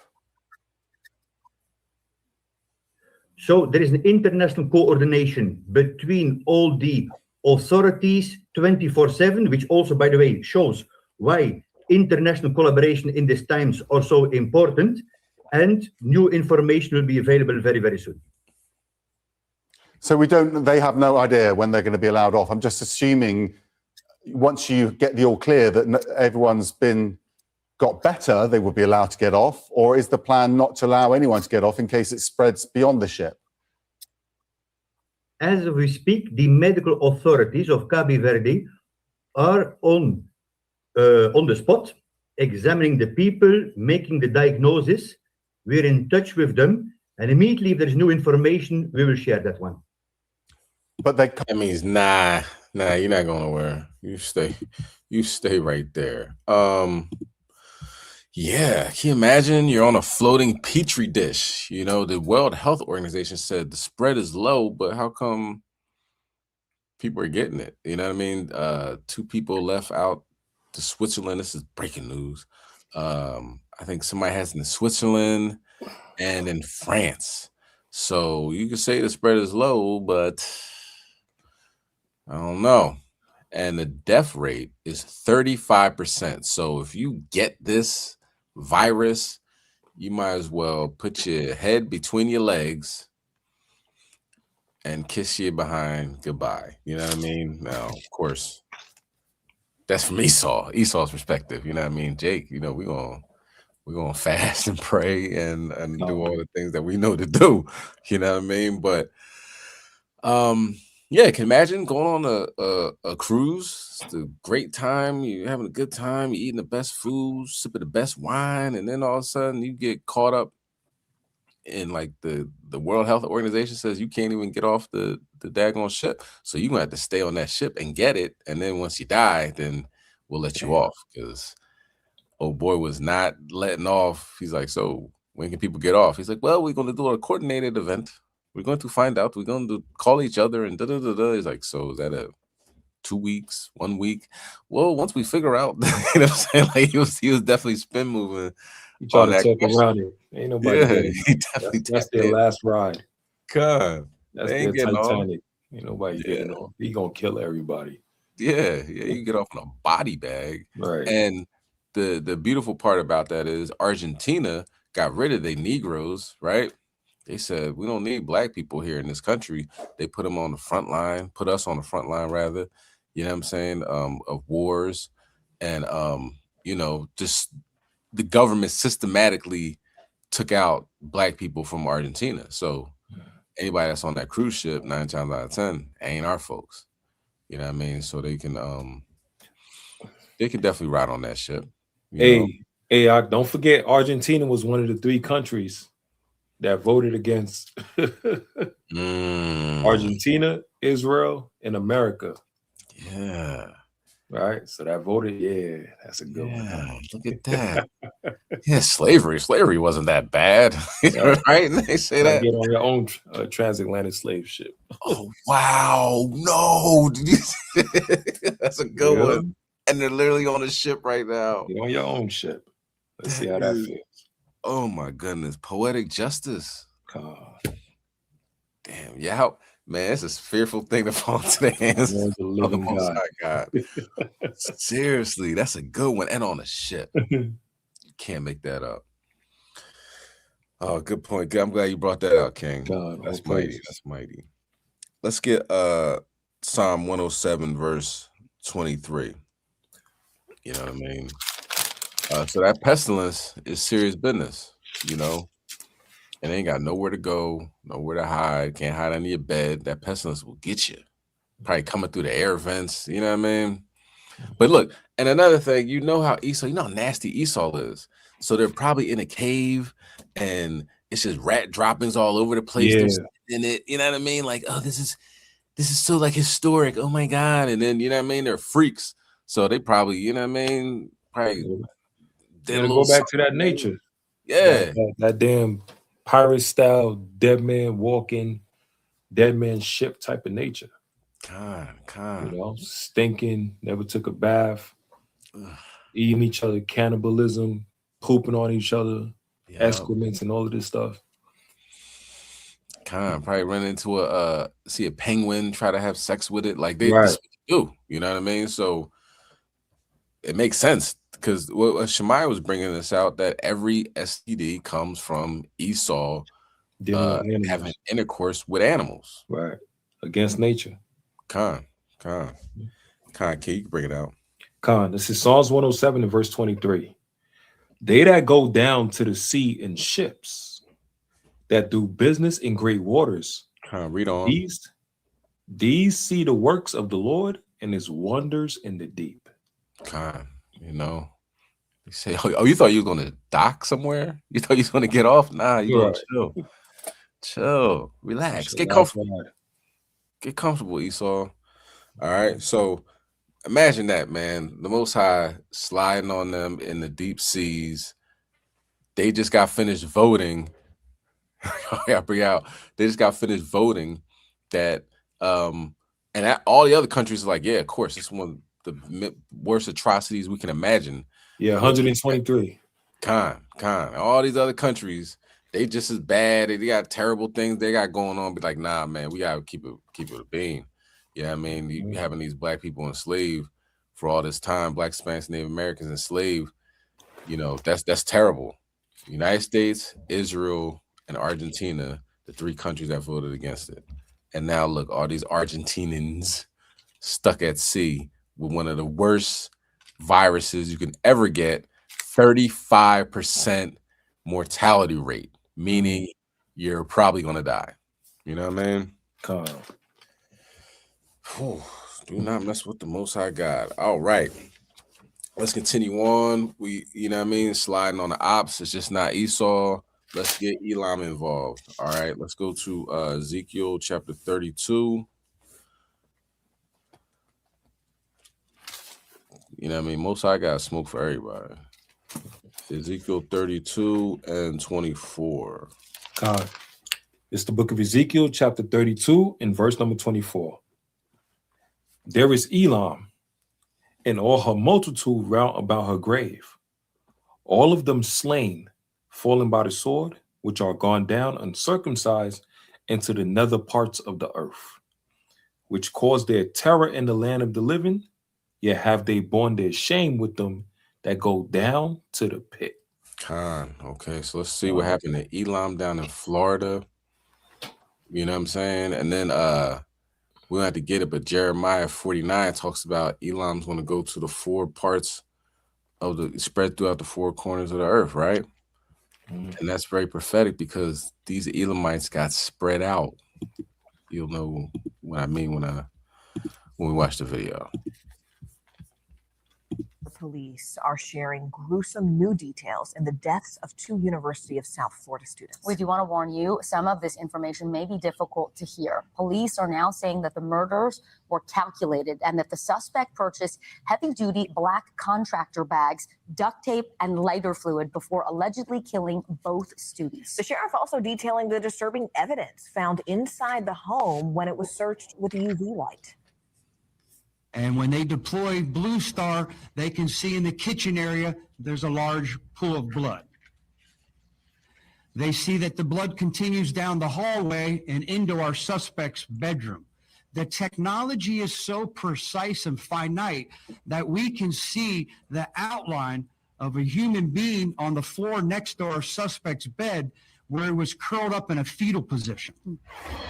NBC News correspondent George Solis is following the very latest for us. So, George, this started as a missing persons case, but it quickly became this murder case. The police there are saying that the behavior of the suspect raised a lot of red flags. They also found one of the victim's glasses, student ID, and bloody clothes in a dumpster. What else have you learned in this case? Yeah, good afternoon, Vicki and Morgan. So important to note that this investigation is very much ongoing. The sheriff there saying this suspect here became very elusive when they began questioning him. And the update here that I think is most significant and equally tragic is the sheriff confirming that Nashida Bristy, one of the doctoral students missing there, well, they found her body about a week ago, but they positively identified her remains through DNA, he said, dental records, and clothing. Now, the details, he says, of this investigation, as you guys have alluded, are gruesome. The actions of the suspect, the sheriff says, are nothing short of pure evil. Now, this backtracking a little bit, the two students, Lamone and Bristy, were last seen in the Tampa area around April 16th, according to the police. They were reported missing by a family friend. That same night, authorities say the suspect here, Hisham Abu Garbia, purchased trash bags, Lysol wipes, and Febreze, investigators said, and he disposed of certain items, including Bristy's pink cell phone, according to prosecutors. Again, some of these details still very much ongoing, and right now the sheriff saying that their priority, now that they have identified both of these bodies, is that tragic and painstaking step of returning them to their families in Bangladesh, guys. You know, George, police say that they had to use a forensic deep dive to get evidence off the suspect's phone. They talk about the UV light in the house and then this deep dive on the phone. What did they find specifically on the phone? Yeah, so they allege that the suspect here had wiped his phone. So they used forensics to go back in there, and they found things on Amazon, things on DoorDash to order some of these items that they had mentioned, some of these Lysol wipes, some of these industrial heavy-duty bags. They also found some ChatGPT searches, which were very disturbing to say the least. They allege that he was searching things like how to get rid of a body in a trash bag, can you survive a gunshot wound to the head, things of that nature. So as they work with this investigation, they're also reaching out to OpenAI, which owns ChatGPT, to see where they stand with cooperating with this investigation. But again, make no mistake, they are still very much trying to piece all of this together, including trying to find a motive here, guys. The motive, the big question. George Solis for us there from our Miami bureau. George, thanks.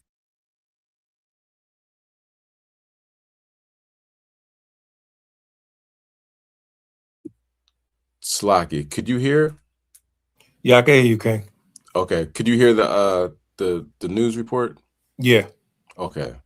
Yeah, the motive is the heathens are gotta go. And the heathens are taking out the heathens. You know what I'm saying?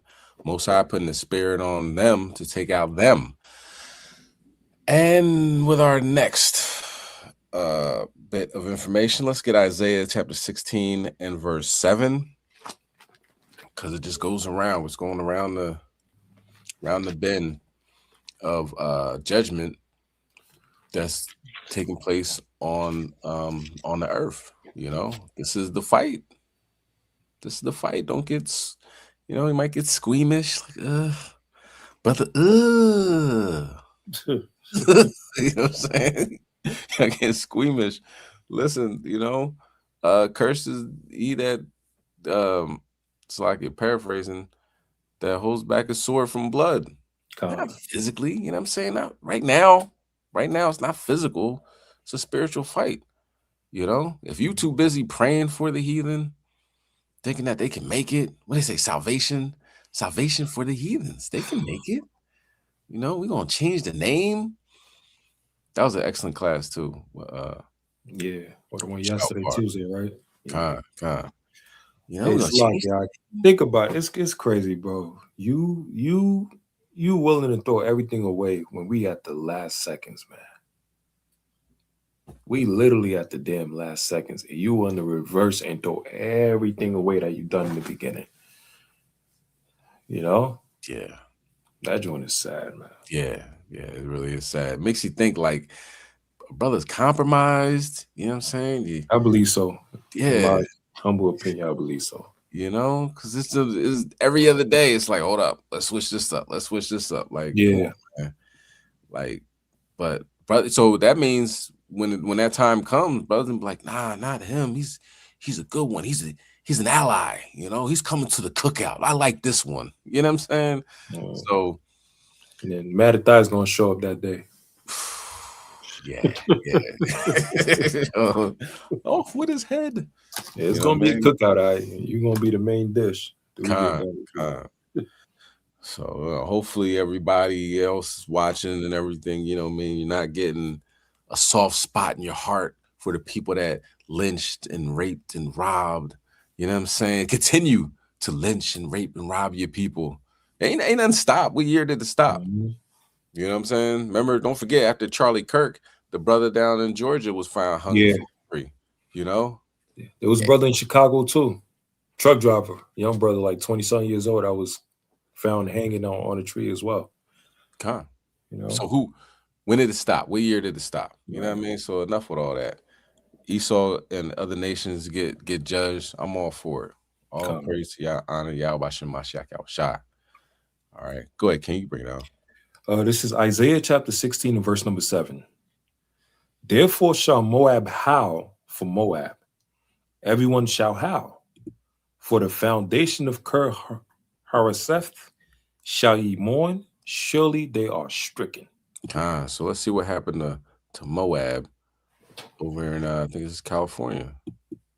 I'm here to give you guys a 4 o'clock update on the shooting that police are investigating in Carrollton at the Korean plazas. What police have told us at this point is that Maybe this is Texas, Slovakia. I think this is Texas. Check it out. there are 2 victims who died, 3 more that are in stable condition at the hospital. I spoke with some friends and loved ones of the deceased victims, and they tell me that they were pillars of this community. They were leaders. They were so well known, and that this is a huge loss for the community here in the DFW area, especially the Korean community. They were just so well known to folks around here. I'm going to sort of break down what happened here. There are 2 scenes, okay? It started off of Hebron and 121 in that shopping center there, K-Town Plaza. Police tell us that the victims were meeting with the suspect for business when an argument happened, and then that's when the suspect opened fire and he shot 5 people. After that happened, they tell us that the suspect came here 10 minutes away to the H Mart off of Old Denton Road, and police say there was a short foot chase before they arrested the suspect. Police confirmed that the suspect is 69-year-old Sung Han Ho. And while they are still investigating what led up to this argument and what led up to this shooting, a lot of the people in the community are telling me that he was a business owner who was delinquent on rent. Again, 5 people were shot. 2 leaders of the community are dead. I'll work to bring you more updates. Sung Hung Ho. Sung Hung Ho. Got the gat and let it blow. You know? So that's heathen on heathen crime right there, man. How come they don't say that? It should be a Korean on Korean crime, update. When is it gonna stop? I mean, did he have his father in the house? You know what I'm saying? Did he grow up on welfare in public housing? What public school education did they have where they'd start shooting each other in broad daylight? Animals. It's in the blood. It's in the blood. Was it the Yakuza? Exactly. You know what I mean? Was it the Yakuza involved in the gang violence? Gangs. These guys or are the triads, right? Was a Porsche Jeep out there? Did he pay for that? Right? Or is it stolen? Right. How much blood money did he get for that? And that guy had a gun. These hackers. It's ridiculous, man. It's ridiculous. I don't think, how do we go further as a people with people like that on the streets? Right. Bunch of animals. Animals. Okay. Let's get 2 Chronicles chapter 20, verse 22. Because this isn't the first time these people have done this. All right. This is something that they do. Okay. We got historical records of them shooting and killing each other. Right now, North Korea, South Korea, do you know they're still at war? This is just a ceasefire that they're at. They're still at war. Do you know what I'm saying? You got Kim Jong-un. He killed his uncle to stay in power. Yeah. He kills his family members. These people are diabolical. Okay, let's bring that out, King. This is 2 Chronicles chapter 20 and verse number 22. And when they began to sing and to praise, the Lord set ambushments against the children of Ammon, Moab, and Mount Seir, which were come against Judah, and they were smitten. You know what I'm saying? So they start murking each other as we're dancing and singing. You know, now let's keep in mind, right? When George Floyd happened and them, oh my goodness, when Moab. And they were out there, right? And put his you know, he's stopping the people from doing it, and Esau was putting his knee on his neck, right? And then as we started to march and everything, and we're not gonna take this, and our people was just dancing in the streets, but that's not the same thing. You know what I'm saying? Right. That coonery dance, and you got Esau with the phone, and they, you know, watching them and all this other stuff and filming them, and we just having a good time and dancing. That's not the same thing.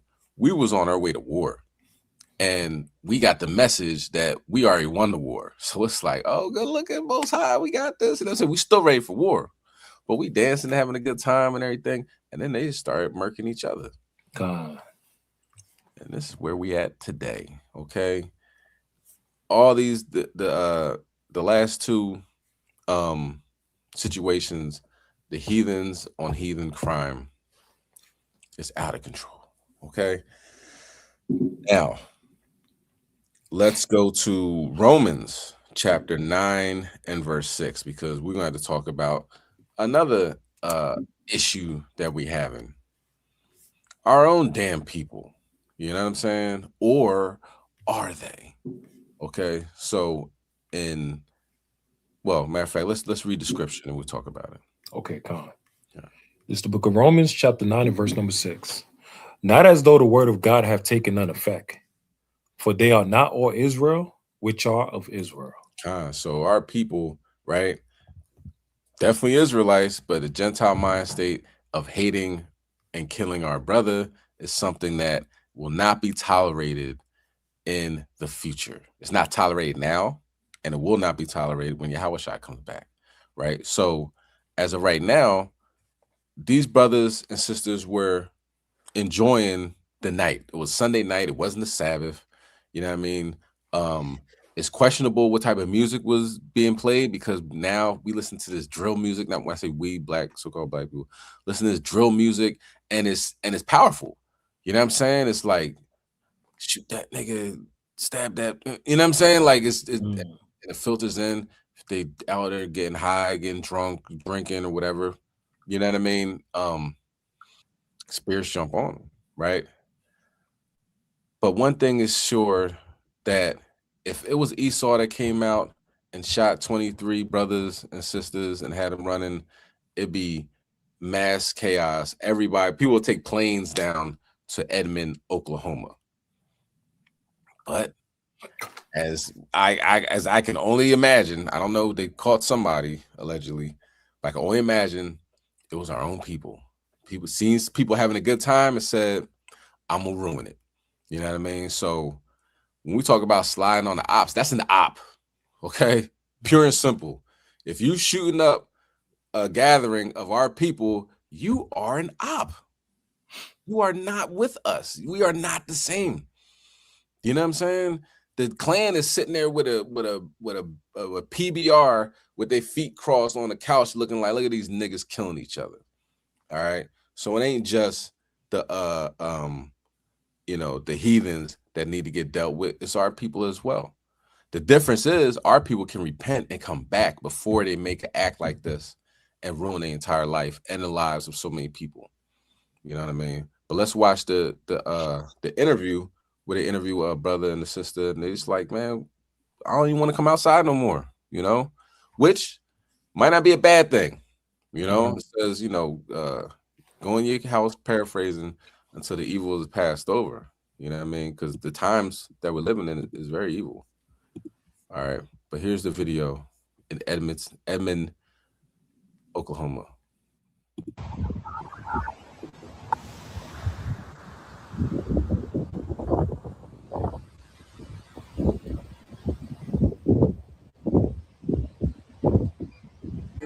You said it was a good vibe, right? It was definitely at the beginning something that was we looked it up to doing, that we thought we could come out as a community, eat and have a good time. And once you find out that it's not that, you don't want to do anything with any type of, not even your community, because this is something that tragic that happened, and it's nothing to just be. Look at Eve in the background just laughing, like she's on. You know what I'm saying? Like 23 people just didn't get shot. We are in a hell of a spot right now. You know what I mean? You see the brother on the left, he got a rosary around his neck. The brother talking, possibly effeminate, you know what I mean? You could kind of tell with the mannerisms and stuff like that. I don't want to say possibly, he's pretty effeminate, but we're in a bad spot. You know what I mean? As far as odd people goes, we got to really wake up out of this. But let's continue on. Happy about or laugh about or anything. Once it happened, because it's just like it was so many people that was actually truly injured and hurt that my mind wasn't even there. Like my adrenaline was just pumping so much that it was just like I was just worried about trying to help the next person until the police got here, you know, just to make sure that they were okay, because they were more badly injured than me. You know, I'm just lucky enough that I got to pull the piece of fragment that was just in there out of my leg. You said a medic just bandaged you up while you were here? Mm-hmm. Yes. You know, she asked me, was I okay? And I told her I was fine. I showed her the wound and stuff, and she just bandaged me up. And I just told her, like, you know, go help the other people that were, you know, more hurt than I was.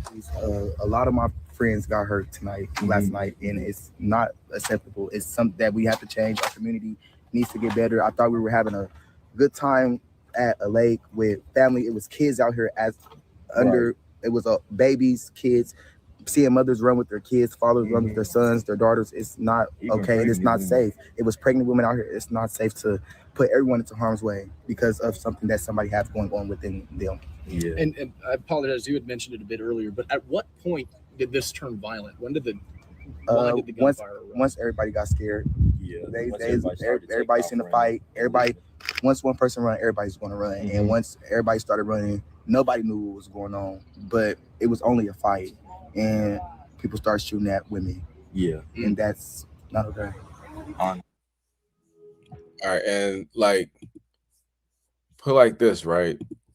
You know, being in the world, you know, you around that many black people, violence is a strong possibility. Violence is going to pop off. It's sad, but damn it, it's true. Like, I got 1,000,001 examples in my own life how they about to start shooting. Oh, they fighting. Somebody's going to the car. He's about to get his gun. It's just the way it is. Like, you know what I'm saying? It's messed up. The beautiful part about this truth is it don't be going down like that. We be at the Passover.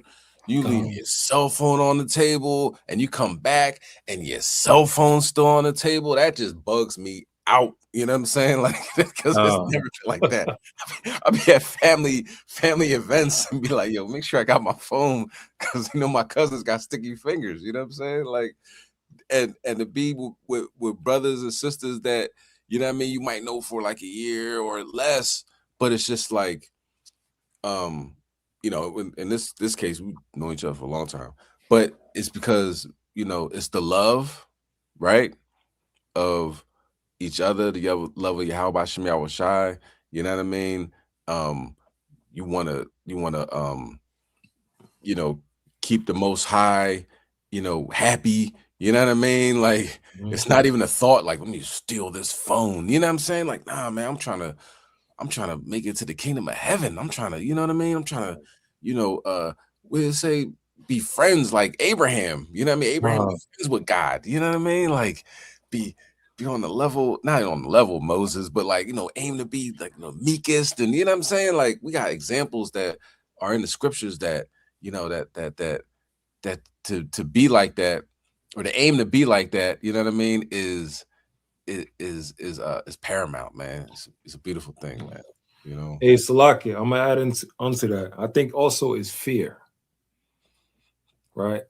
Same as we have the love for the Lord, but we also have the fear of the Lord, that if we steal, if we harm, or we take something from another Israelite, And it's that fear and that acknowledgement that you know the Lord is watching. You know the Lord is watching. You know what I'm saying? You'll steal something from a supermarket, whatever, this and that. But you know, if you gathering in a holy place with brothers and sisters, you like, nah, I'll do wickedness to a heathen. But I can't do it to brothers and sisters. Oh my goodness. What? So the Lord definitely gonna be watching, like, nigga. The Lord watching everybody. It's like, nah, it's that fear. Like, you know, it's that love, but it's also that fear, like, nah. Because that guilty conscience is gonna eat at you. I just took this dude's phone, this phone, whatever, took this person's stuff. And I know I'm going home. I know better. I know the commandments. I know I just stole. I can't lie to myself, you know, whether I want to or not. You know what I'm saying? Yeah, like the brother was saying, whether I want to or not. It's that fear, it's that healthy fear that do unto Israel as you want done unto you. Now, we're not all perfect. We're striving to be perfect, but at least with that, I could testify with that. I have never seen a fight at a feast day with my own eyes. I've never seen it. I see something a little closer about to be, but I've never seen it like, because even brothers and sisters was like, all right, it's the feast day, bro. Like, you know, we supposed to be happy, positive, celebrating all of that stuff. It's the feast day, you know. And so far, since I've been in this truth for about 7 years, I have never seen like a fight, like a brawl, none of that stuff on a feast day. You know, so that's how you know this truth is real. At least with that, that's how you know, man. How you?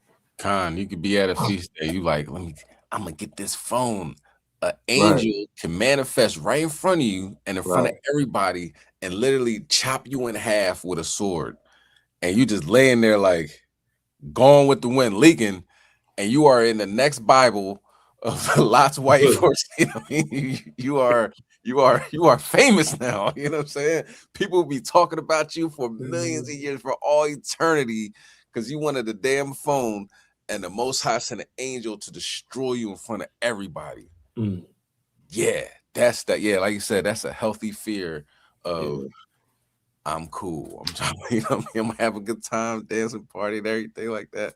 I ain't trying to break no laws. No, not at all.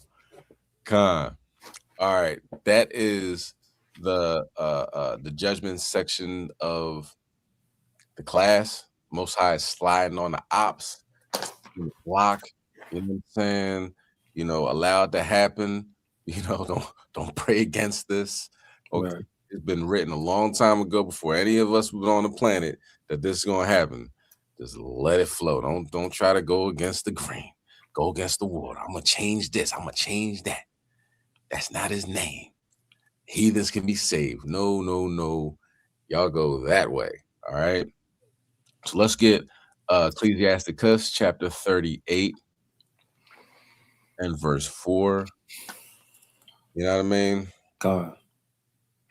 And we're going to end on a good note, because as the heathens are getting destroyed, we're going up. So let's aim to build ourselves up, be stronger, more healthier, more focused, revive our, you know, spiritual life, emotional, physical, you know, build it up, because we're going to be kings. You know what I'm saying? Daughters of Zion are going to be carried and not even touch the floor. So let's get ready for that. All right. King, you can bring it out. This is the book of Ecclesiasticus, chapter 38, and verse number 4. The Lord hath created medicines out of the earth, and he that is wise will not abhor them. So you look at things, a lot of the medicines that they make in the pharmacies are derived from plants and herbs, and it just, you know, made into, you know what I'm saying, you know, on a massive scale, but the original is still there. You know what I'm saying? Some ginger can knock out that cold. You know what I'm saying? Some turmeric can help with that inflammation. You know, you want to alkaline your body, you got ways to do it. You know what I'm saying? Of course, we have to say this is not medical information. You know what I'm saying? Lord knows the Food and Drug Administration, right? Food and drugs in the same building. You know, they haven't evaluated this and you haven't paid them off, then you ain't gonna be able to say definitively this works. but these things have been in use by our ancestors for thousands of years. Okay, so the next one is hibiscus, and of course with hibiscus, well, they'll talk about it, but you know, it can lower your blood pressure. Now, if you're already on blood pressure medicine, you know, you don't want to have a really low blood pressure. So, of course, consult with your doctor before taking on any avenues of health and wellness, okay, that we talk about. So hibiscus tea, all the benefits. Enjoy. Hibiscus tea benefits. What daily use can do.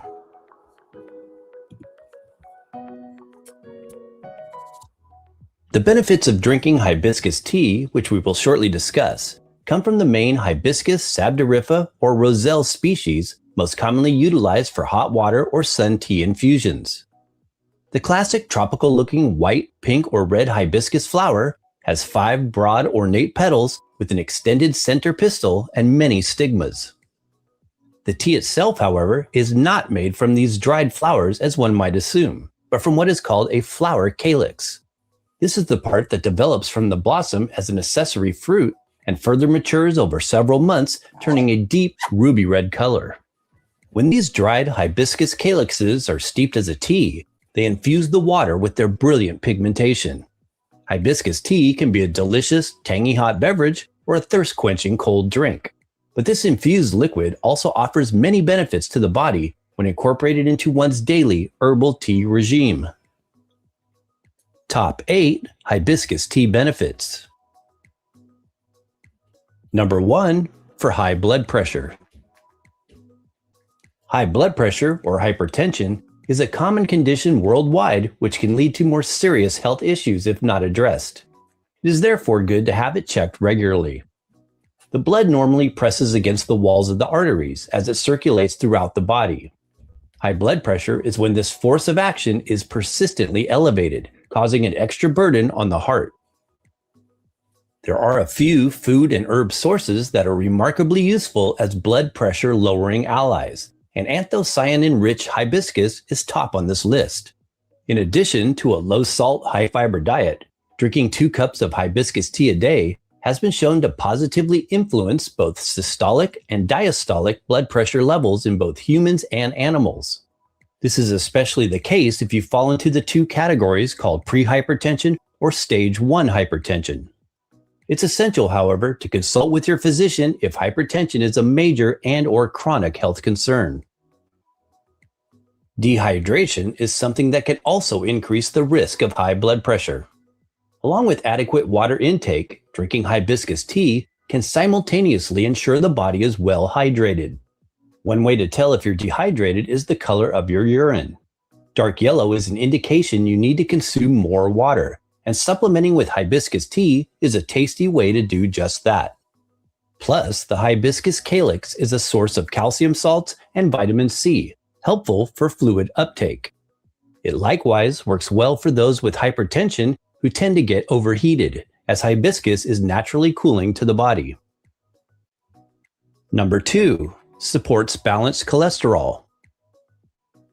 Hibiscus sabdariffa calyx extracts and their active phytochemicals like anthocyanins, polyphenols, and hibiscus acid have been identified to foster balanced cholesterol levels, adding to their anti-hypertensive influence.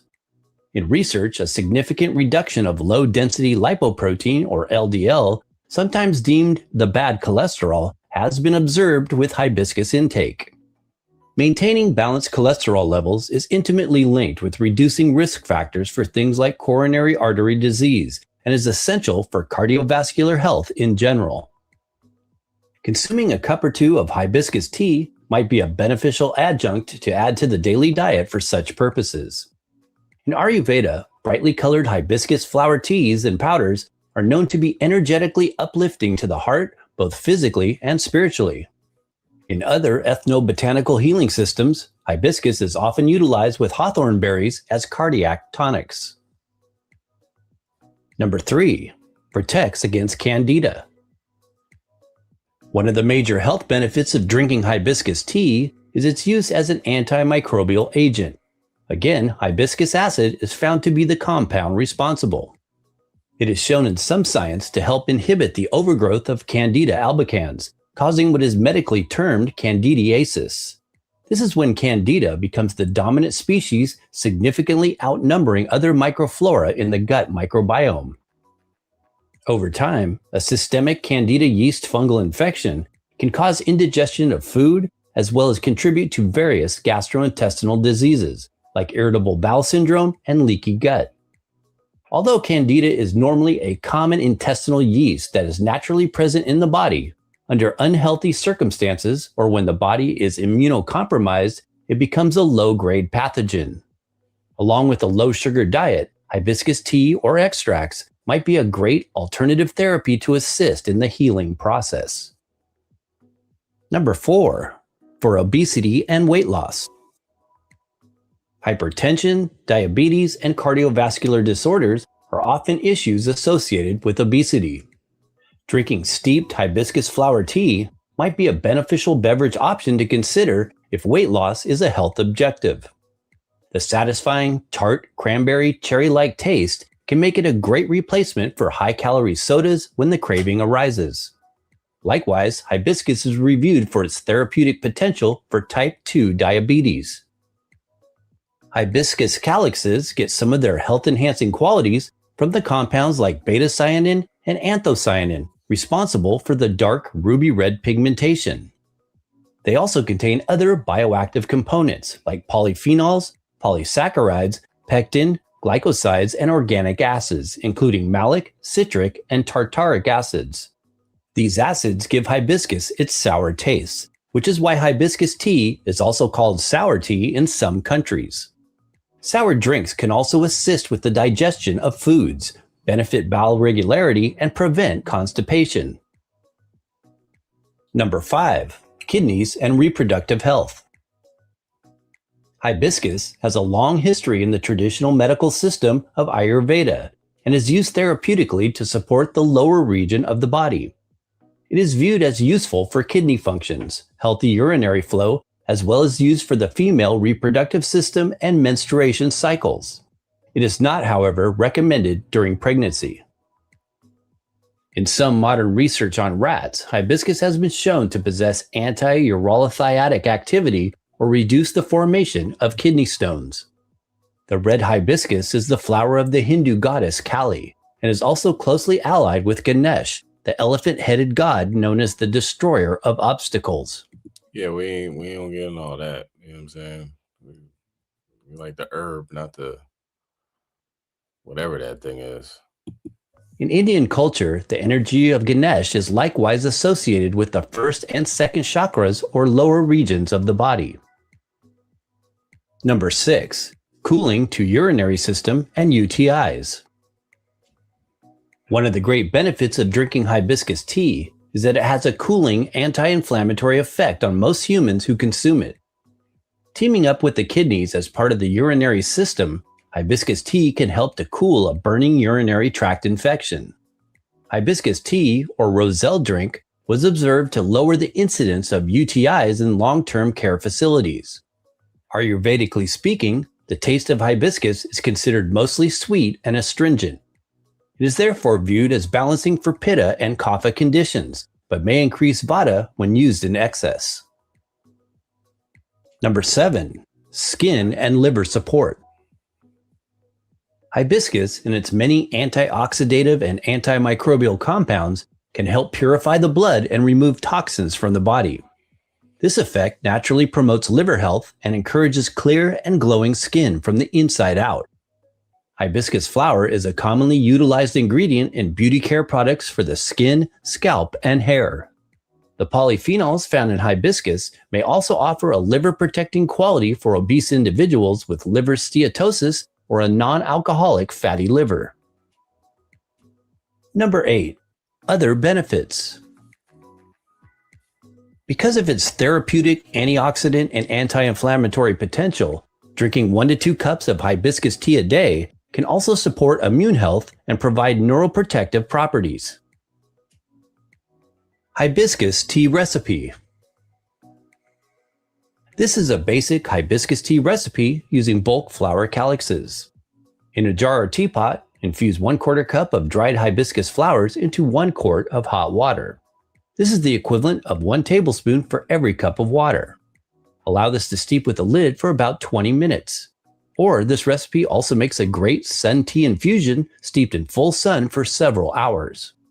Hibiscus tea is typically sweetened to balance out the tart flavor. We like to use raw honey, maple syrup, and/or a little stevia. Likewise, licorice root can also be infused with the flowers for added sweetness and full-bodied flavor. While you can drink it hot, it is commonly refrigerated and served as a cold or iced tea, a bit like lemonade. Other ways to take hibiscus. Definitely, the most popular worldwide way to use dried hibiscus flower is by making hibiscus tea. Hibiscus tea bags are also offered by some suppliers for convenience. Hibiscus flower calyxes are available as a powder, which can be infused in hot water, or they can be used when making do-it-yourself body care products. Some brands opt for providing hibiscus in the form of a liquid extract, but capsules and tablets are less common. Precautions. The benefits of drinking hibiscus tea are usually well tolerated by most people. Excessive amounts, however, are not recommended. Avoid if pregnant or nursing and consult your healthcare provider if you have high blood pressure, are taking any medications, or have other serious health conditions.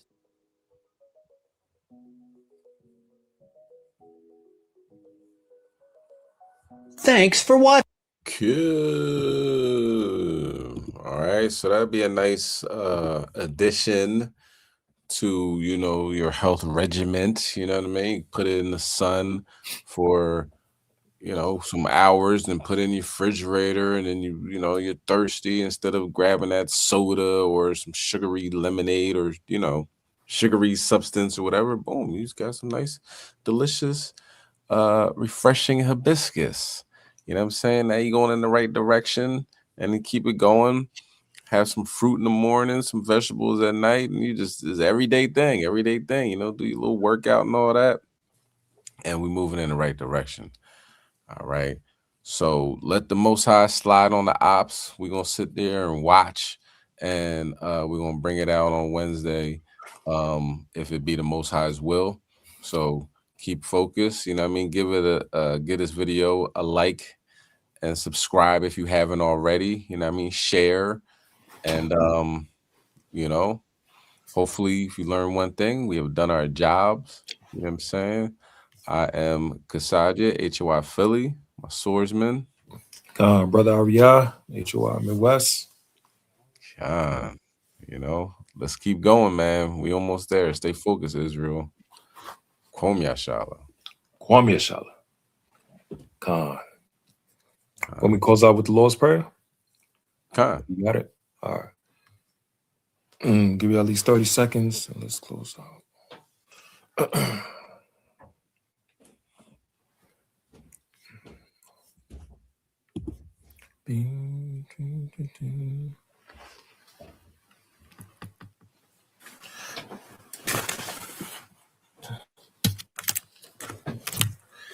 Kal halal Yahweh b'Hashem Yahushai b'Hashem Rachagadash Shemai Yasharallah Yahweh Allah Hainawa Yahweh Ahad Abnawa Shabbat Shemayim Kadash Hayasham Ki Yahweh Malakufka Taba'aratzaka Haya Aisha Ba'aratza Kawa Haya Bashemayim Latananawa Laham Hayawam Wasalachnawa Khabuafnawa Kasalachnawa Khabuafyanawa Wala Tabiainawa Banasaywan Abal Hawashainawa Mayan Rai Kayalaka Hamalakwaf Wahala Watabaraf Laiwanamium. Amen.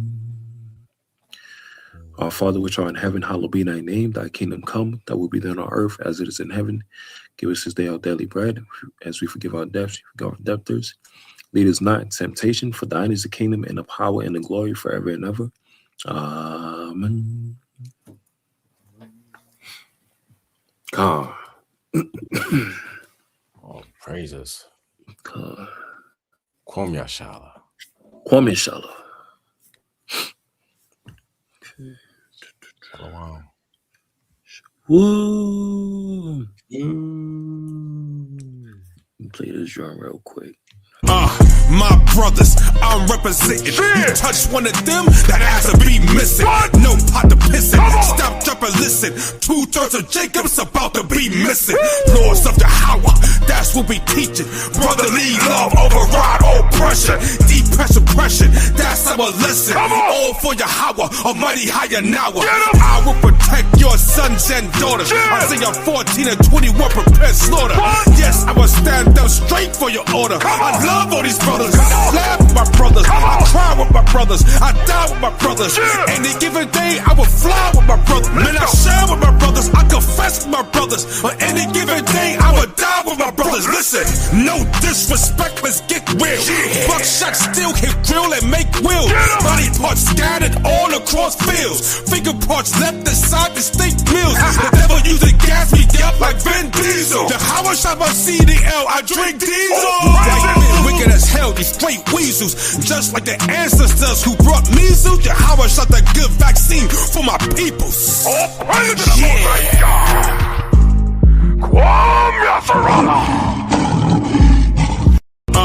My brothers, I'm representing. You touch one of them, that ass will be missing. No pot to pissin'. Stop, drop, and listen. 2/3 of Jacob's about to be missing. Lords of Yahweh, that's what we teaching. Brotherly love over